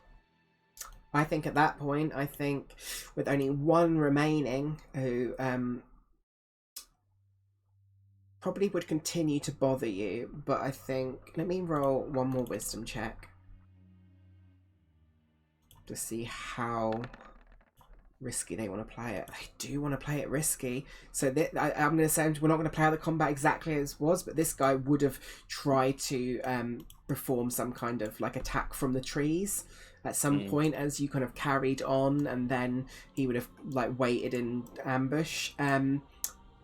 Do perception checks for me. Just see his stealth. I'll do a stealth check for him at disadvantage. Wish you would be definitely watching him. Brunk doesn't notice him. To see if anyone notices him. Because if anyone notices him, you guys will definitely get shots on him before you even get a chance to. Do you want to make a perception check for Zappa, please, Anya? At 30. Well, that's that then. As he appears, feel free to tell me how you want to try and bring this guy down. Same again. Yeah, you get 2 shots, Zappa. So. Oh, do I? Because of I did not know that. Only because of Brunk's special ability used on you. Oh, okay. 21. I mean, you might as well roll the damage and see if you kill this guy. Exactly 11. what you needed. So as he tries Perfect. to drop down from above, trying to get revenge for his fallen dogs from the trees, he's about to deal a lethal blow towards Brunk, you think, Zappa, but your master you're continuously watching out for, and you are well trained as you pull the crossbow up and fly the lightning bolt upwards, and his body just, as he's falling down from the trees, lands with a big slam next to Brunk. Oh, bloody hell, Zappa. I had no idea. What? Oh, I didn't. I thought they left. I mean, Zappa means he thought they'd all gone too, so, bit surprising. But dealt with him pretty quick. I'm glad you did. That's a nasty piece of kit, Zap. You've been working on that again. Like nodding at the crossbow. Yeah, been doing some experiments. Well, I'm glad you have. Alright, let's, well done everyone. Let's get moving. So, you push on Sorry, dogs. for the last part of your journey, and you begin to arrive at your destination. So, the arrival of the craggy wound in the earth is a surprisingly pleasant sight after your day's travel within the thick, harsh jungle of Riff and Mist. The sounds of workers working, water running, stone and wood being mined and chopped. It's a refreshing blast of civilization to the senses. Please tell me how you both react. Ooh. Brunk would wipe the sweat from his forehead and have a bit of a sigh of relief. Ugh, we made it. Thank goodness. It was looking a bit airy there for a minute. It was until the brave Zappa shot the enemy out of the air. Pretty impressive, right, Goblinder? I suppose it was quite impressive. Brunk could have a big smile towards Zappa. Thank you, Master. I appreciate that. But yeah, Brunk would look for any figure that seems to hold any authority. Yeah. Yes, as you approach the gates, you would immediately hear like a big horn from a guard standing in one of the watchtowers, a bugbear, who, looking down at you, sort of gives you a knowing nod before sort of shouting to open the gates. And as you're sort of looking forward, you immediately see what looks like a big foreman, a bugbear wearing a sort of like a bandana around the back and a big kind of apron, kind of comes out and like goes to shake your hand. Brunk? Yeah, Brunk holds his spear in his other hand and shakes the guy's hand warmly. Well, it's good to see a friendly face. It took us most of the day, but this should be everything you need. Reporting from... Oh god, I forgot the name of the place and I haven't written it down. Dro Grem. Dro Grem. Reporting from Dro Grem. Fantastic. Name's Zoc. I'm the foreman around here. Don't worry about formalities. There are none of the hobs here.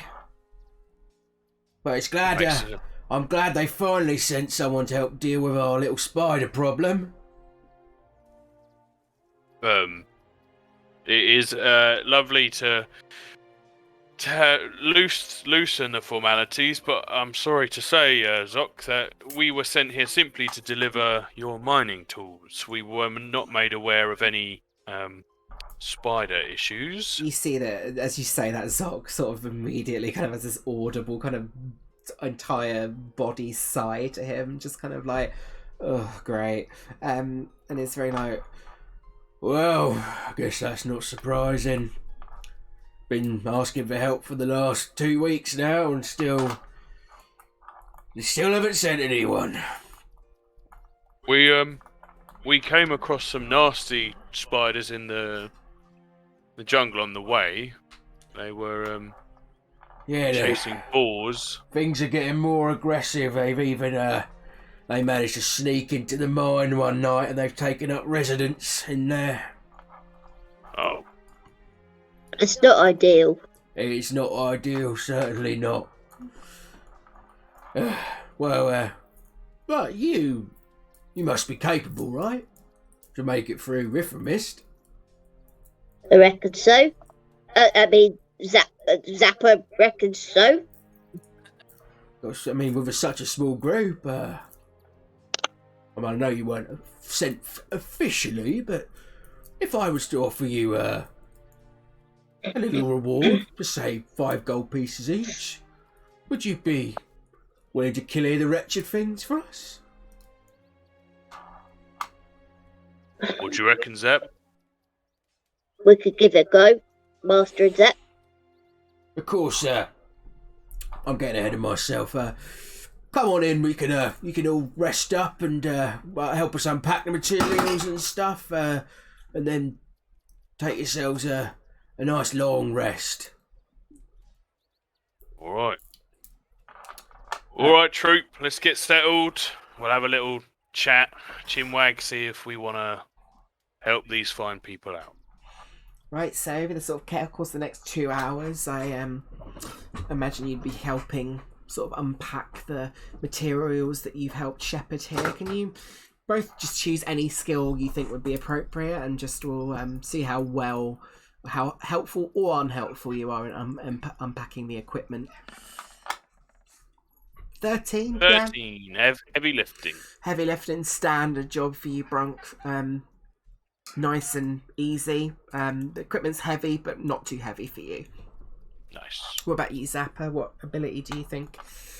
What skill? I'm trying to think of a way to get my most powerful, my most high modified abilities in there, but I'm not managing it. I'm going to go with acrobatics, maybe? If you want, you could be directing in though. With if you wanted to do, I know you're quite good at investigation. I would allow that to apply to being sort of you. Yeah, but he wouldn't let anybody else unpack Brunk's stuff. That's the thing. That's totally fair. He's, as far as he's concerned, it's his job. So maybe like either survival or acrobatics or something. Whichever you prefer. I'm going to go with survival because then that way he knows what we might need and he can leave stuff in the bags.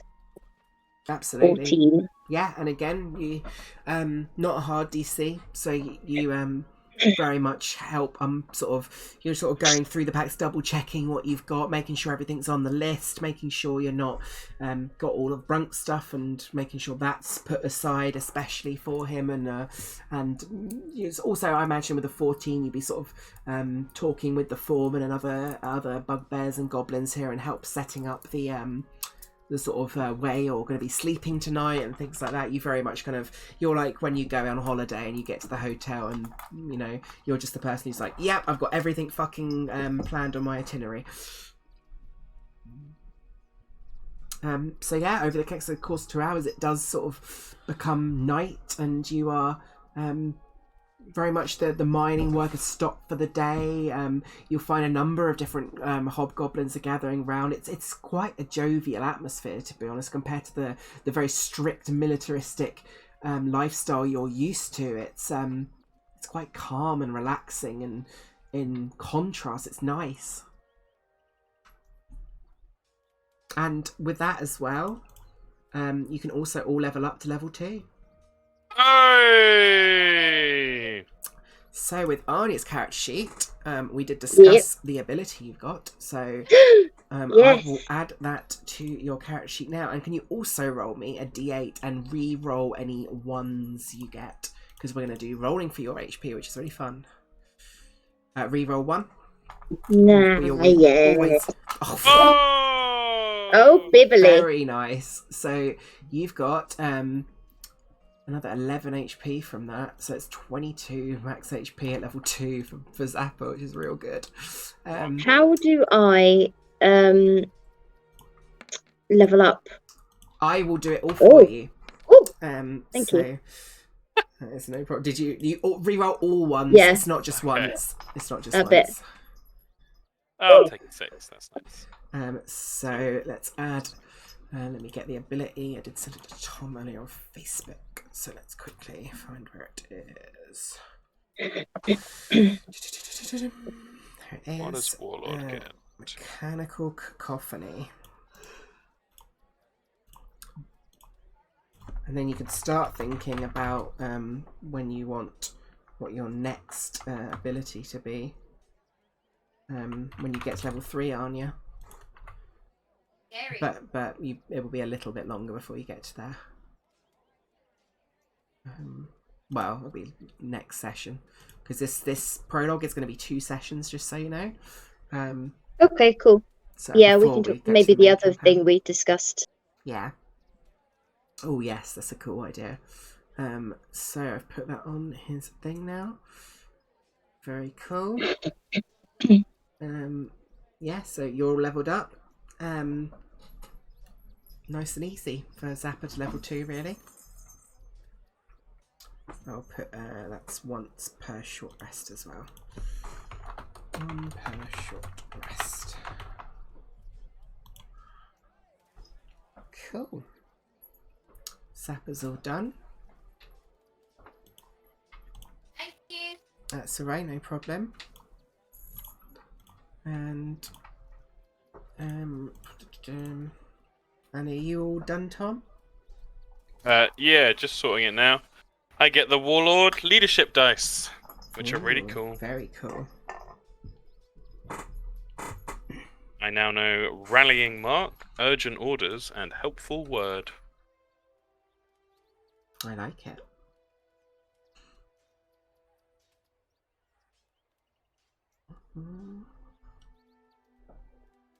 Well, when you're ready, we can continue. Oh, that's such a cool ability. I am ready. Awesome. So, you spend the night. Is there anything particularly in terms of what you'd be doing throughout the night? Would you discuss whether to take on helping Zoc with his spider issue? Yeah, and Brunk would be keen to hear from everyone, so he'd ask what Stubbs and Goblinda thought as well. I think both Stubbs and Goblinda. Stubbs would be very much like, More gold for me. and Goblinda would be like, I wouldn't say no to 5 gold pieces, but perhaps you could, since my services are such in high demand, then perhaps I should get the fair share of the gold. Perhaps I could take half of yours, Zappa.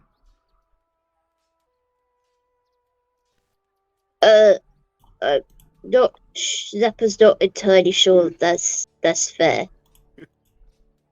Well, if it's all about fairness, then I suppose you can deal with the spiders on your own. Well, but that's not fair. She seems quite offended by your words and kind of just stands up and is like, well, I see when I'm not needed, and kind of walks off and joins a different group. We need your help because you're very good at what you do. But we're all very good at what we do, so we all deserve fair compensation. Do me a persuasion check. The DC is 15. She's already sort of getting away, so it's quite a hard DC for that reason. She's already kind of like just the thought of you not but you did roll an 18. She kind of stops in her tracks and says,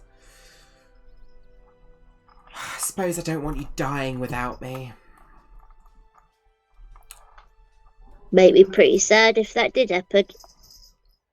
I guess 5 gold will do. Thank you very much, Goblinda. We really appreciate it. Yes, I'm sure you do. Well, that's that then, I think. I'm happy for us to do it, but let's keep in mind when we're in there not to risk life and limb. This isn't our main mission. We've done that. It's a very good job from everyone, so just be careful. I don't want to see any over-heroics. He looks at Stubbs. Yes, boss. I'll play it nice and safe. Follow your lead. Alright, good. Excellent work. I'm just gonna go see that bugbear there. It looks like he's got something that I've not seen before. And you see this like bugbear who's drinking this big kind of cask of ale, and it's like he sort of like waddles over there with his little peg leg, and it just sort of taps him on the side, and he's like, ah. And you see like the bugbear starts sharing his share with the goblin. Yeah, Brunk wouldn't stop him. He'd give Zapper a knowing look and just be like, "He's earned it. He's earned it." And Yeah, but master, that's called a problem. Well, he'll sleep it off. He'll be all right by the morning. Oh God. And I think as the sort of campfires around the mining camp, like I said, a jovial attitude goes into the night. You eventually fall to sleep, and you all gain the benefits of a long rest. So you're back to full health. I don't think it makes any difference much for stuff mechanically now. But in the morning, you are again, the jovial atmosphere is replaced with a very working atmosphere, and you hear the sounds of mining equipment and things wake you up before you even have a chance to open your eyes naturally. And wheels and mechanical equipment are all putting people to work nice and early on this particular mining site. Zoc kind of approaches you, Brunk, and says, "Well, have you had time to make a decision?" We have come to a decision, Zoc. Good morning, and we have decided to help you guys out. Oh, that is such a relief. Oh, fantastic. Well, let me show you where it is. And he kind of leads you up around the path to sort of this sort of section up here. You can see on the visualization, he's kind of showing you round the part of the mining camp. He's kind of showing off some of the like the work and stuff as well they're doing, and he says, you know, about how they're getting various ores for the Empire out of the ground. This is the sort of you know, some of the rarest ores in all of Riffin Mist Jungle are found here, and gives you the kind of whole spiel before saying before leading you to the cave where the mine is, and he says, "It's not a far way in, but you can make your way down a small beaten track, and from what I was last told, we've kind of avoided this particular..." And you can see they've put like wooden beams up and stuff to block it and kind of things like that, and other mining equipment that he's getting people to move as you approach. And he says, there's two paths into the mine as you go down. You've got the main area to the left that has the main mining area where the ores are, and there's a little sort of natural path that kind of overlooks the rest of the area. We think the spiders have made their den right in where the ores are, so, you know, best of luck, really. Right. Thank you, Zoc. We will be back shortly. Best of luck to you. If you don't make it back, you got anyone back home you want me to, you know, send word to?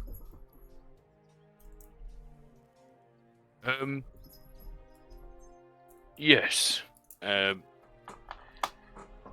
But that's if you just let the camp know at Drogrem.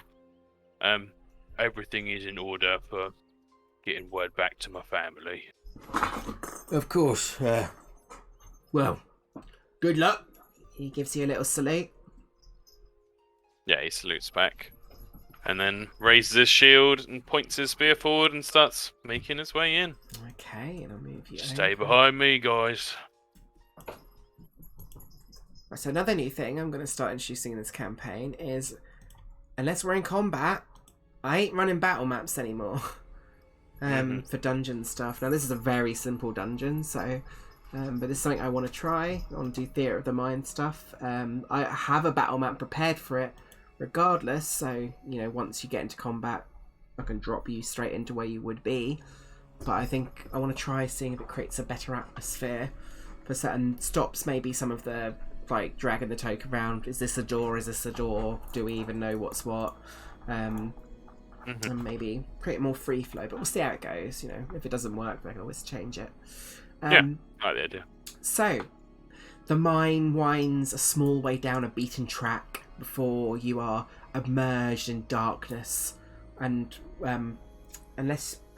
thankfully for your dark vision, you would need light sources down here, but because of your dark vision, you do not.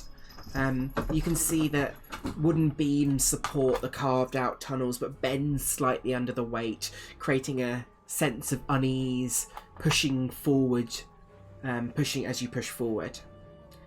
You can see, as Zoc described, there are 2 paths ahead of you that's kind of split at a centre point. Immediately to the left path, it's blocked by a ramshackle wooden door, and to the right, it kind of winds upwards. You can see that in the path winding upward, there's a lot of webbing on either side of the wall. To the path to the left, this ramshackle wooden door has a lot of like splits in the wood that you could quite easily see through if you wanted to. What are you doing? Goblinda, Yes. you've got sharp eyes. Could you have a little peek through the cracks in the door for us? Yeah, she kind of moves up to the door and peeks through one of the these kind of cuts in this very ramshackle wooden door, and she says, "There's definitely webs beyond. I think the foreman was correct that the spiders have. I can definitely see signs of subtle movement. The passage goes a little way on though, and it's quite thin. The spiders might have a trouble getting down here all at once." That's good for us. If they've got numbers, we want to stop them surrounding and overwhelming us. So maybe I'll open the door, step into the passage, make a bit of noise, see what kind of attention we get. But we have got the. She was about to say, I think you were about to say the same thing. Yeah, At the same the time, other you way both round. go, what about the other path? Yeah, indeed. Maybe we should have a look where that goes first before we make any assumptions. You both kind of look off to the side, and you can quite clearly see it winds round, and based on the sort of where the door is and what she can see going through, she says, pretty sure there's an overhang over the rest of where the oars are and the other spider's den is. If you got up there, I reckon you could get a real vantage point on them. A lot of webbing though. And you know what they say about spiders? Got No. lots of eyes. They can sense when you touch their web. All right. So if we don't make it through there without being dexterous enough, they probably gonna. Looks pretty big up there. They could climb up and surround us quite easily. Oh God, don't like the sound of that much. I mean, I'm only small. I'll give it a try. All right, Zap. You be careful though. Okay. If Zappa's going up to the side, can I please get a stealth check as he tries to get through the webbing up to higher ground? Oh Jesus! 8. You got inspiration? Oh, You yeah. do. I will kick it off. If on this your makes it worse, your I'm sheet. not gonna be pleased. It will take the higher result.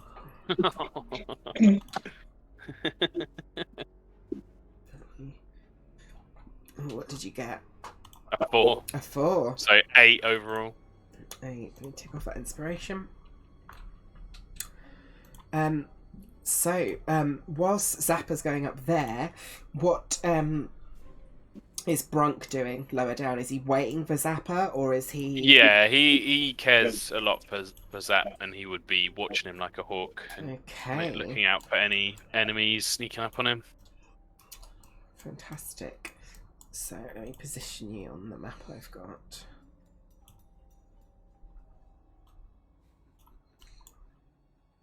And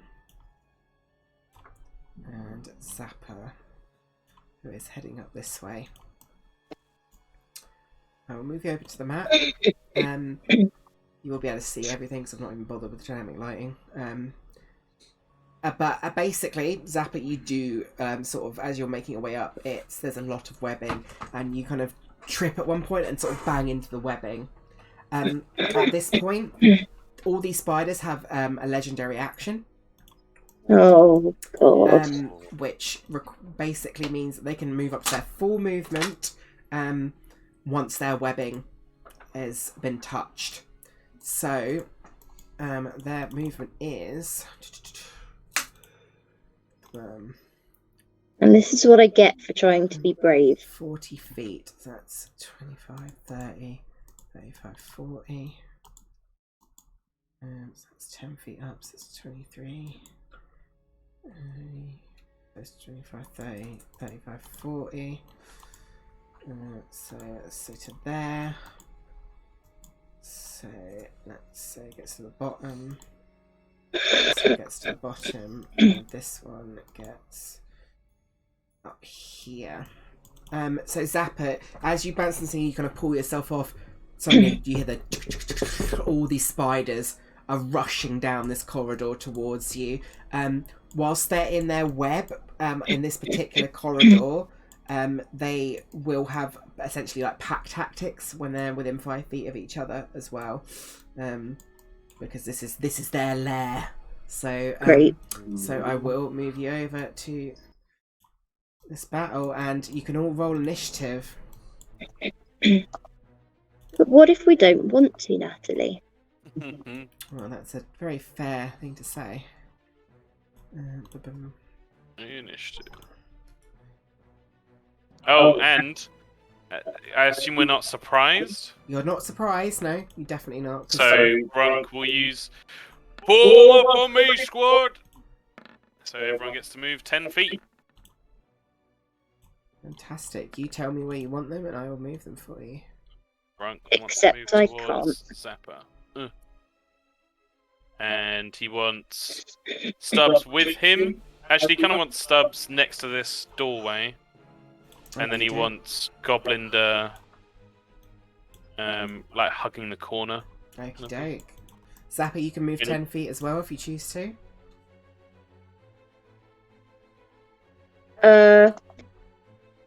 I thought I was hanging from the webs. You're not stuck. Or have I not even made it off the ground? You're not stuck on them. You've pulled yourself back up by now. You're not restricted by the webs.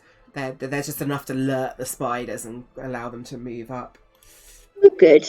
I want to move towards the floor, please. As close as towards Brunk, please. Okay, move yourself back 10 feet, and the spiders will get their turn.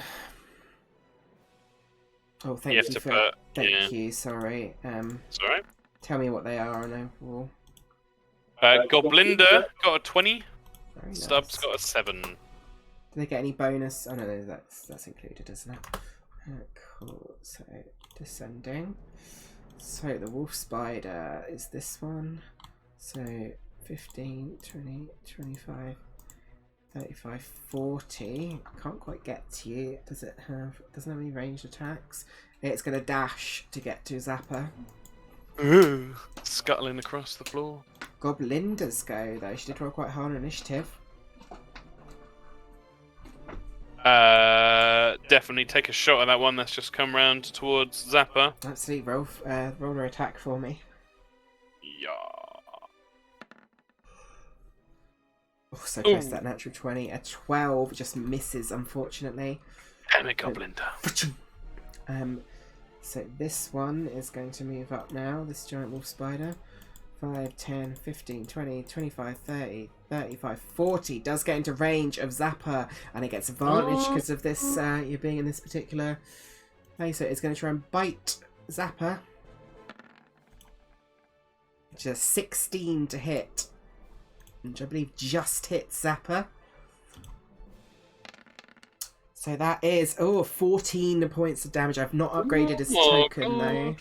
That's my bad. So it should be on 22 HP now. And I'll update his token.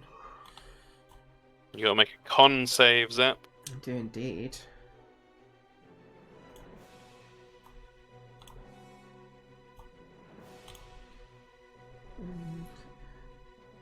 Half as much damage on a successful one. So you will take half. Yeah, so it is a failure. So you are poisoned for 1 hour. Let me add a little thing on your... There's the poisoned one. I use the flask usually. There we go. So you are poisoned. You do take the full damage from it. The next giant wolf spider was at the bottom, so that's 10 feet up. And then 30 feet of movement. So and then... If I'm reading it right, I think you're only poisoned if you get reduced to 0 hit points. By the... Sorry, you're absolutely right. So you're not poisoned. I didn't read that correctly. Oh, that's good. I managed to remain unpoisoned for another turn. This one is going to dash out. It can't get any further than that. Zapper, it is your go.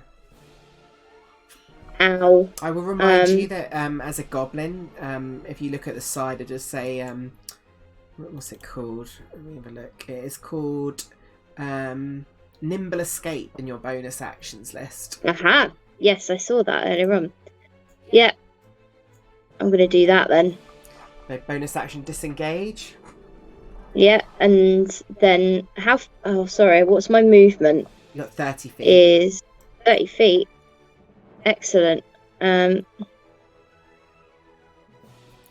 Yeah, probably up to there. Okay. Then you've still got your action, so... Oh! I thought the movement would be my action. No. Movement... Oh! That's Pathfinder. So, movement free, and then you got your action.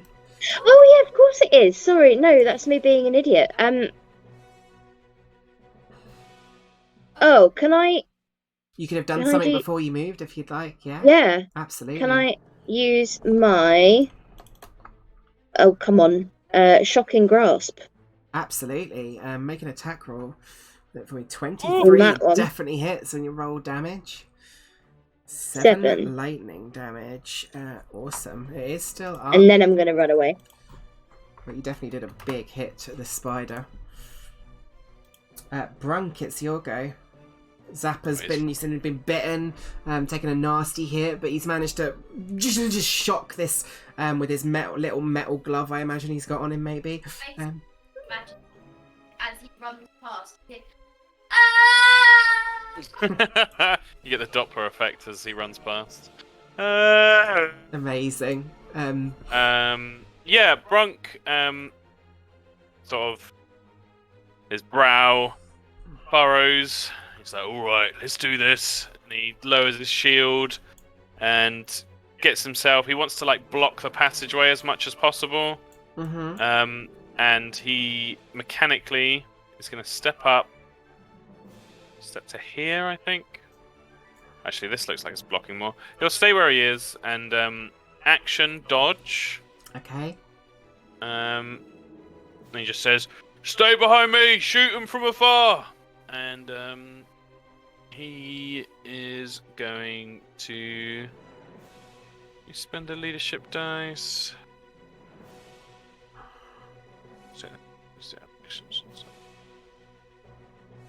It's pretty sweet.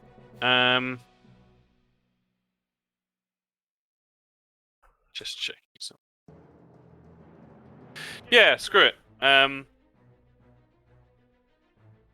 He's going to use a one of his 2 leadership dice. Okay.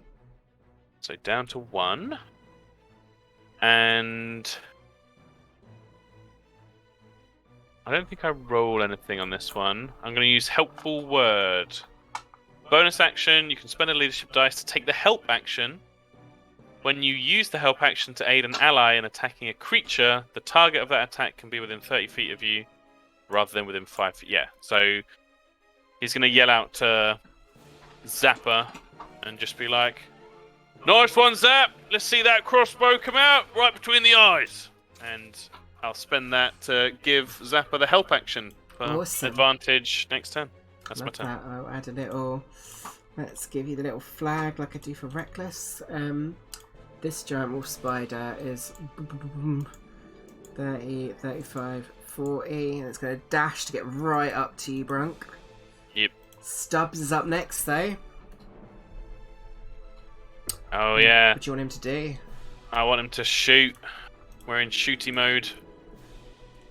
Shoot, Stubbs, shoot! Ugh. The one in front of me. Oh, he does miss, unfortunately, with Ah. a 6. It's alright, Stubbs, you'll get him next time. What rubbish with this thing? Keep it up! One back here. 540. Again, it's going to dash to get up to here. Can't do anything. This one back here is 10 feet up. 20, so it's got another 20 to get to there. It's going to dash to get down to here. They are all in a big cluster. Like, you can imagine them climbing across the walls and coming at you. This one up here is going to dash, and it's going to climb up onto the ceiling. Yep. So it would be above you. I think you're just outside the range of its advantage, though. The cut-off point was here when I did it on the map earlier. So it will be there. I'm going to just put it here, so you know but it's above that other one, and it is going to try and bite you. It will be a disadvantage. Disadvantage. I believe that misses the 10. It does. Shield clangs away. Goblinder. Goblinder. Shoot the one on the ceiling, Goblinder! 13 just hits. Woo! 4 points of piercing damage. Yep. Awesome. He just wants his little goblin archer peeps to just pelt them all. This one, again, is going to climb on the ceiling, so I'll put it here. It's going to make an attack with disadvantage against you. A 10 also misses. Hold the line. And this one, I think it's probably too clustered now, so it's going to try and... It's going to duck in and duck out. So it will do a disadvantage, and you will get an opportunity attack if you choose to take it. Nice. 6 misses. I will take my opportunity attack, but I'm not risking the flailinator. I'll just take a normal spear attack. Hup. Normal roll. Hits. 8 piercing damage. Very nice. It is still standing. Barely. Zapper is your go.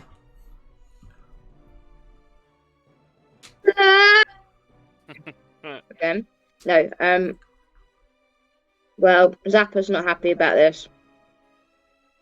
He's going to join his master. Very nice. And he's going to use Shock and Grasp again. Oh, you didn't even need the help action. On that one.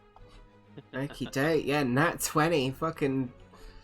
yeah, that is, with maximised damage, definitely enough to kill that.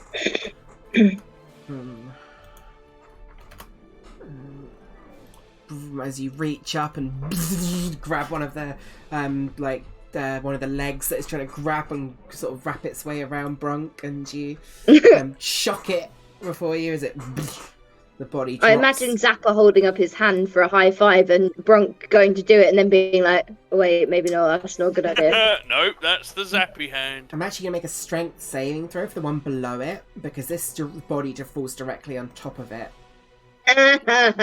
Does pass though, as the body's not enough. And then I assume your bonus action disengaging and moving back out? No. He'd stay there with Brunk. Yeah, he can't stay in the space, so he would have to move back out. He's not in your space, you're over here.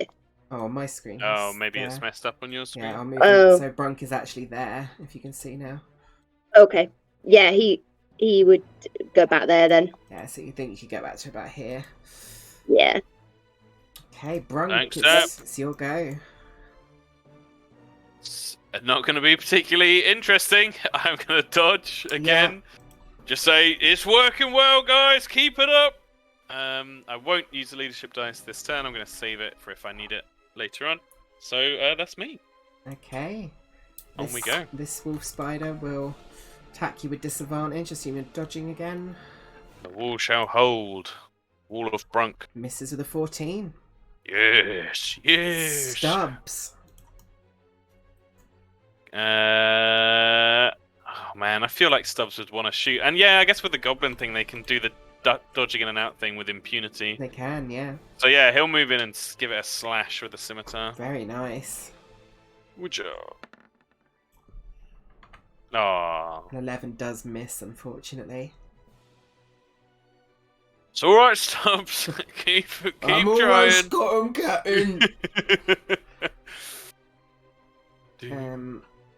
The giant wolf spider back here is gonna now it can got a space to climb into, so it is gonna climb up on the thing. Disadvantage. Yes. So it definitely misses. This one here is going to attack you. Can it get? Yeah, it can get you there. So disadvantage. 9. Oh, they cannot hit you. Glorious dodge shield. action. Goblinder. Goblinder. Pew pew. 16 hits. Yeah, she's been good. 4 damage. Which one she's shooting at? I think she's probably the one that's easiest to see, so that's going to be the one that's high up. Yeah. Awesome. The wolf spider back here is above you. So it is going to bite down disadvantage. Misses again. Yeah! Proving very effective. This one, however, does have to dip in, dip out. So it will get its disadvantage attack, but misses again. You can use your opportunity attack if you choose. Oh yeah, I shall. Bronx stab. Does miss though this only time, yeah. unfortunately. Zapper, it's back to you.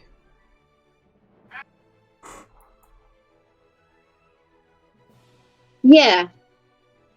Probably the same thing again, to be honest with you. Up to here. Boost. I will remind you, you've got your new ability if you did want to use it. Your level 2 ability. They're all lined up.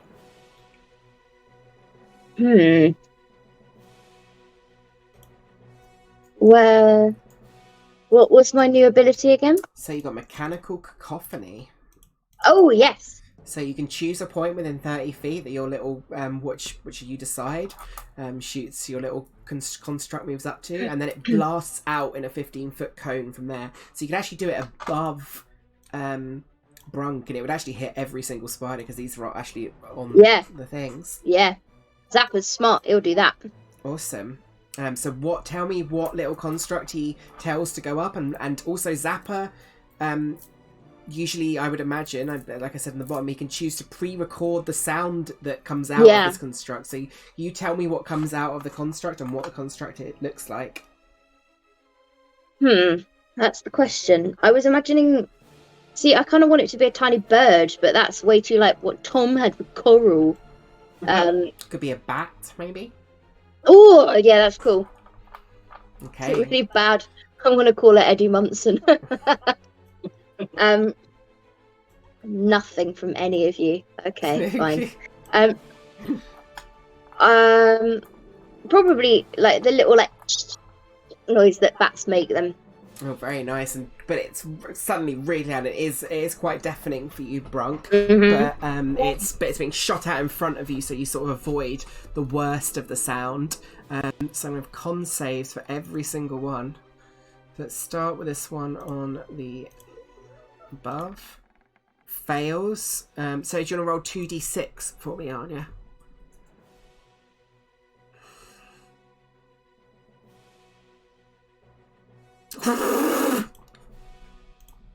Well, that's ridiculous. Oh, am I lagged out? I think I've lagged out. Fuck's sake. We can hear you. Oh, no, you Sorry, can. we're both muted like idiots. We actually both just cheered massively. Oh, awesome. I thought I'd lagged out then. I was like, oh my god. No, you're good. So that one's dead. So, well, let's just roll con saves and see if these all die. So it's this one. 13. Oh, your spell save DC is 14, so this one's also Oh dead. my god! Zappa! This one here. It's going to make another con save.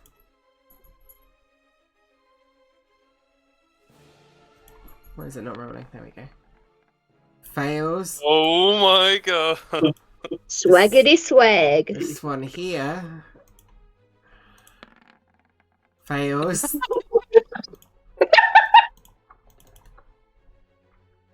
And this one here Incroyable. does pass. It doesn't take the damage. That is your go, because that is your action, and that's your once per short rest use on that. Stupid fucking spiders. As you Sorry, see, the voice gets weirder with everything I say. so this little bat, this mechanical bat, flies out and just this huge shock, and you just see the spiders just like start like twitching and then just start falling down to the floor in front of you, Brog. One of them still pursuing, but it is your go. Oh my bane. That is mental, Zapper. Well done. And then he's gonna, with a victorious charge. You fuck, spider. He's gonna do a big stab.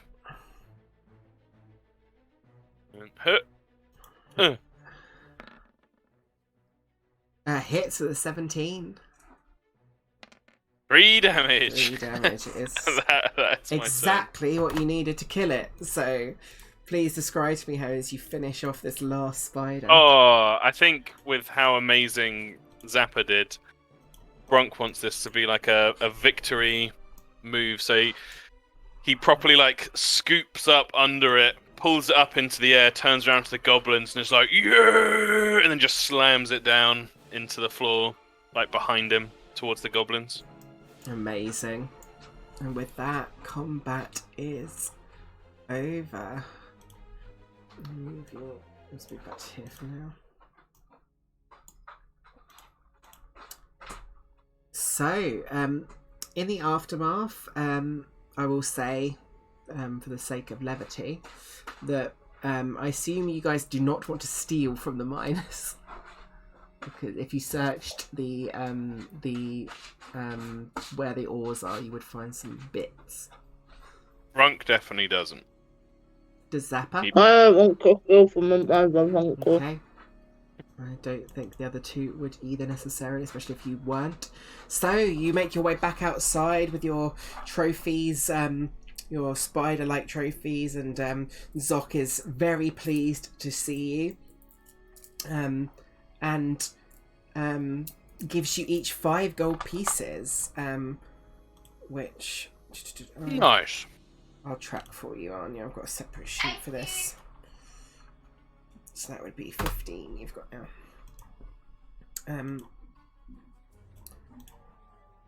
Yeah, so the rest of the day, I imagine, would what would you do the rest of the day? You could choose to start travelling back today if you chose to. It is still pretty early. It didn't take you very long to do that. So you Get could back to camp. Yeah, I think that's probably the most sensible thing to do. Yeah. Would you take Yeah, a I short... think Bronk would be swept along with the sense of victory, and he'd heartily shake the hand of Zoc, and he'd be cheering their little group and congratulating them all, and then just be like swept up in that, like kind of almost like a parade out of the gate before he even realised what he's doing. You would get Off we go. You would definitely get some cheers from the bugbears and claps from some of the goblins as you do. Would you take a short rest before you go? Yeah. I think because we gotta get the cattle as well. Yeah, absolutely. So Zappa's the only one who's lost HP, so I assume Zappa would want to use some of his hit die. So if you want to roll, let's just start with 1d8 for you, Anya. See what you get. Ooh, 1 plus 3 is 4, so that's plus 4 HP back, which brings you up to 12 out of 22. Do you want to use your second one as well? Yes, please. So roll another Says yes. another d8, so 6 plus 3 for another 9. So you are up to a total of, whoops, I didn't mean to do that. Plus...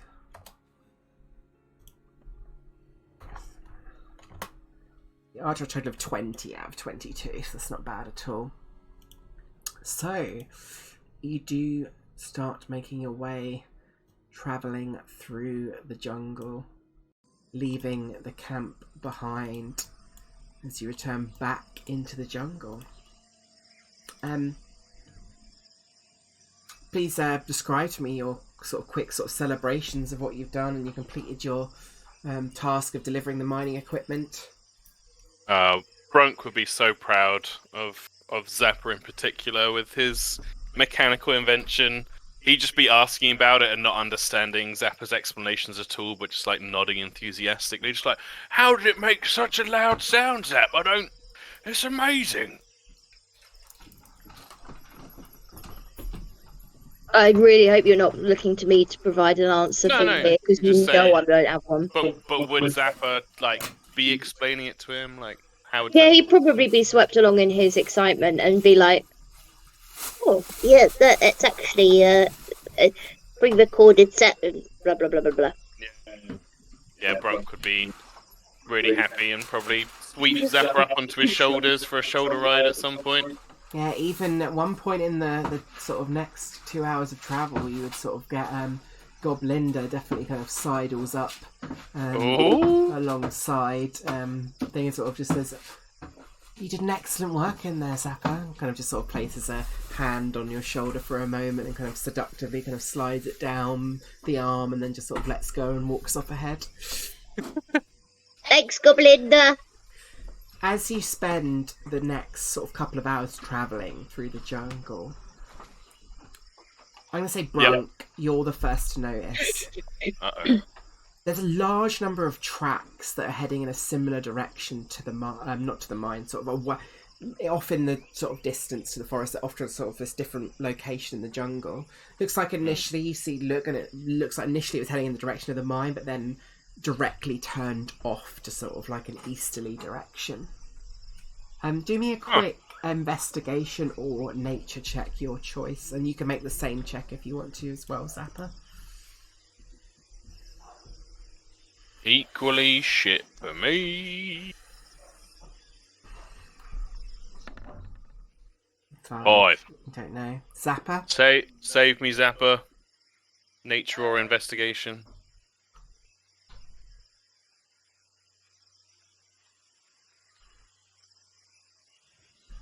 Ten is just enough, thankfully. You do recognise in Zappa as hobgoblin tracks. There's a lot of them. Oh. Probably about, you reckon, with a 10, it's hard to tell exactly, but probably about 30, maybe. Oh shit, Master! They're all hobgoblin tracks. All right. There's lots of them as well. Brunk, you're not familiar with any troop that would be heading out in this direction. Not from Drogrem. You've not heard anything about a troop this big passing out of Drogrem. This is quite unusual. This is odd, Zap. Don't really know what to make of it much. Would Brunk be aware of any procedure of, like, if you are out in the field and you come across people of a higher rank, are you meant to try and follow or check in with them or anything like that? I think his instinct would probably be to investigate first. See, because perhaps some kind of, you think with this many feet, you think the instant thing is like, well, something's bad's happened and they've sent a lot of soldiers out. Can I go to support? Yeah, this is definitely Iron Authority. Yeah. All right, guys, we're going to take a bit of a detour. I think we need to figure out what's happening here. Hopefully it's all fine and they'll just send us on our way back to Drogrem, but, something bad could have happened, and if we don't support our own, what are we really doing with ourselves? So let's follow these tracks, see where they lead, but, Right, keep your eyes peeled. So, you begin heading in the direction of these footsteps in the jungle. And as you begin approaching closer and closer, 100 feet away, you start to hear this loud humming sound. And then some kind of commotion and shouting. Approaching closer, you begin to realise you are on the edge of a clearing, looking inwards. You see approximately... Let's get some slightly more appropriate music. Let's go, I think this one is...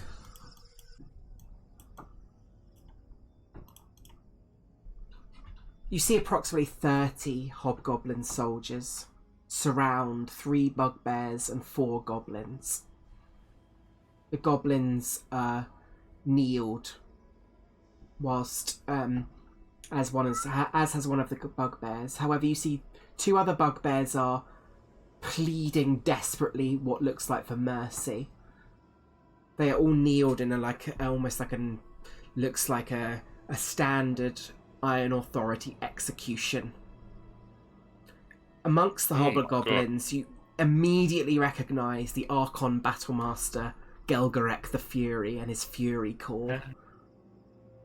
Most startlingly, there seems to be some kind of rift in reality itself before you, like a wound cut through the air. Let me drag you over to just this scene so you've got an idea. Vague idea of what this looks like. Hmm. This isn't looking good. Not looking good.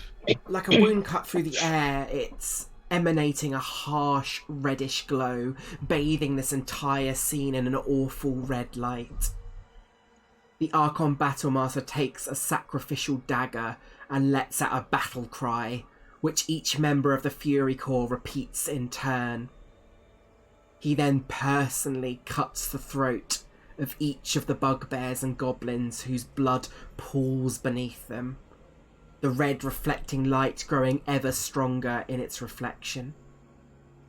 The rift in the air begins to tear wider and wider, and before long an awful creature begins to make its way through.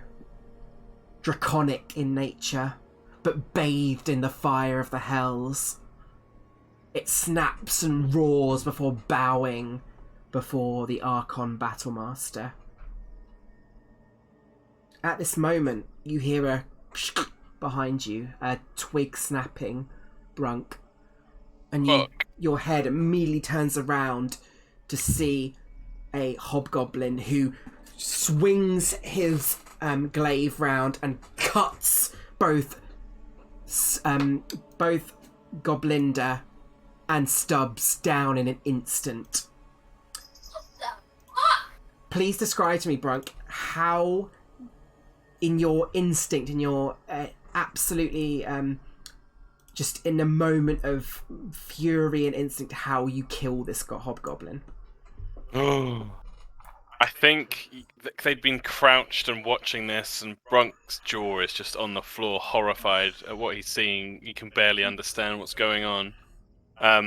But his instincts kick in with the twig snap, and he sees the blood spray from his 2 teammates that not long ago he was so happy and pleased and proud of them, that I think, just a rage descends over him. And I don't even think he uses the spear. I think he just takes the shield and he just bludgeons the hobgoblin in the face, knocking him back, and just like almost rides with the momentum until he's like straddling the hobgoblin on the ground, and the shield just gets smashed over and over into the hobgoblin's head. The scene plays out as you describe. Yeah, he roars as he does it. And the attention of 30 hobgoblins is drawn to the scene of Brunk beating this shield into a hobgoblin on the ground, dead. How does Zappa react, Anya? Oh, fuck. Probably. He would probably be sort of at the sidelines, just be like, "Master, no!" You see Brunk as you look up, hearing the voice of Zappa bringing you back to reality for a moment, that the eyes of all these people are staring upon at you. The Archon Battlemaster moves up to one of his Fury Corps, places one hand on the shoulder of her, and shouts in an unusual and strange tone, Furica, sister! Your destiny unfurls before you! Execution initiative! And points directly towards you, Brunk, as the sister begins sprinting towards you in your direction. And that's where we'll end the session. I fucking knew you were going to do that.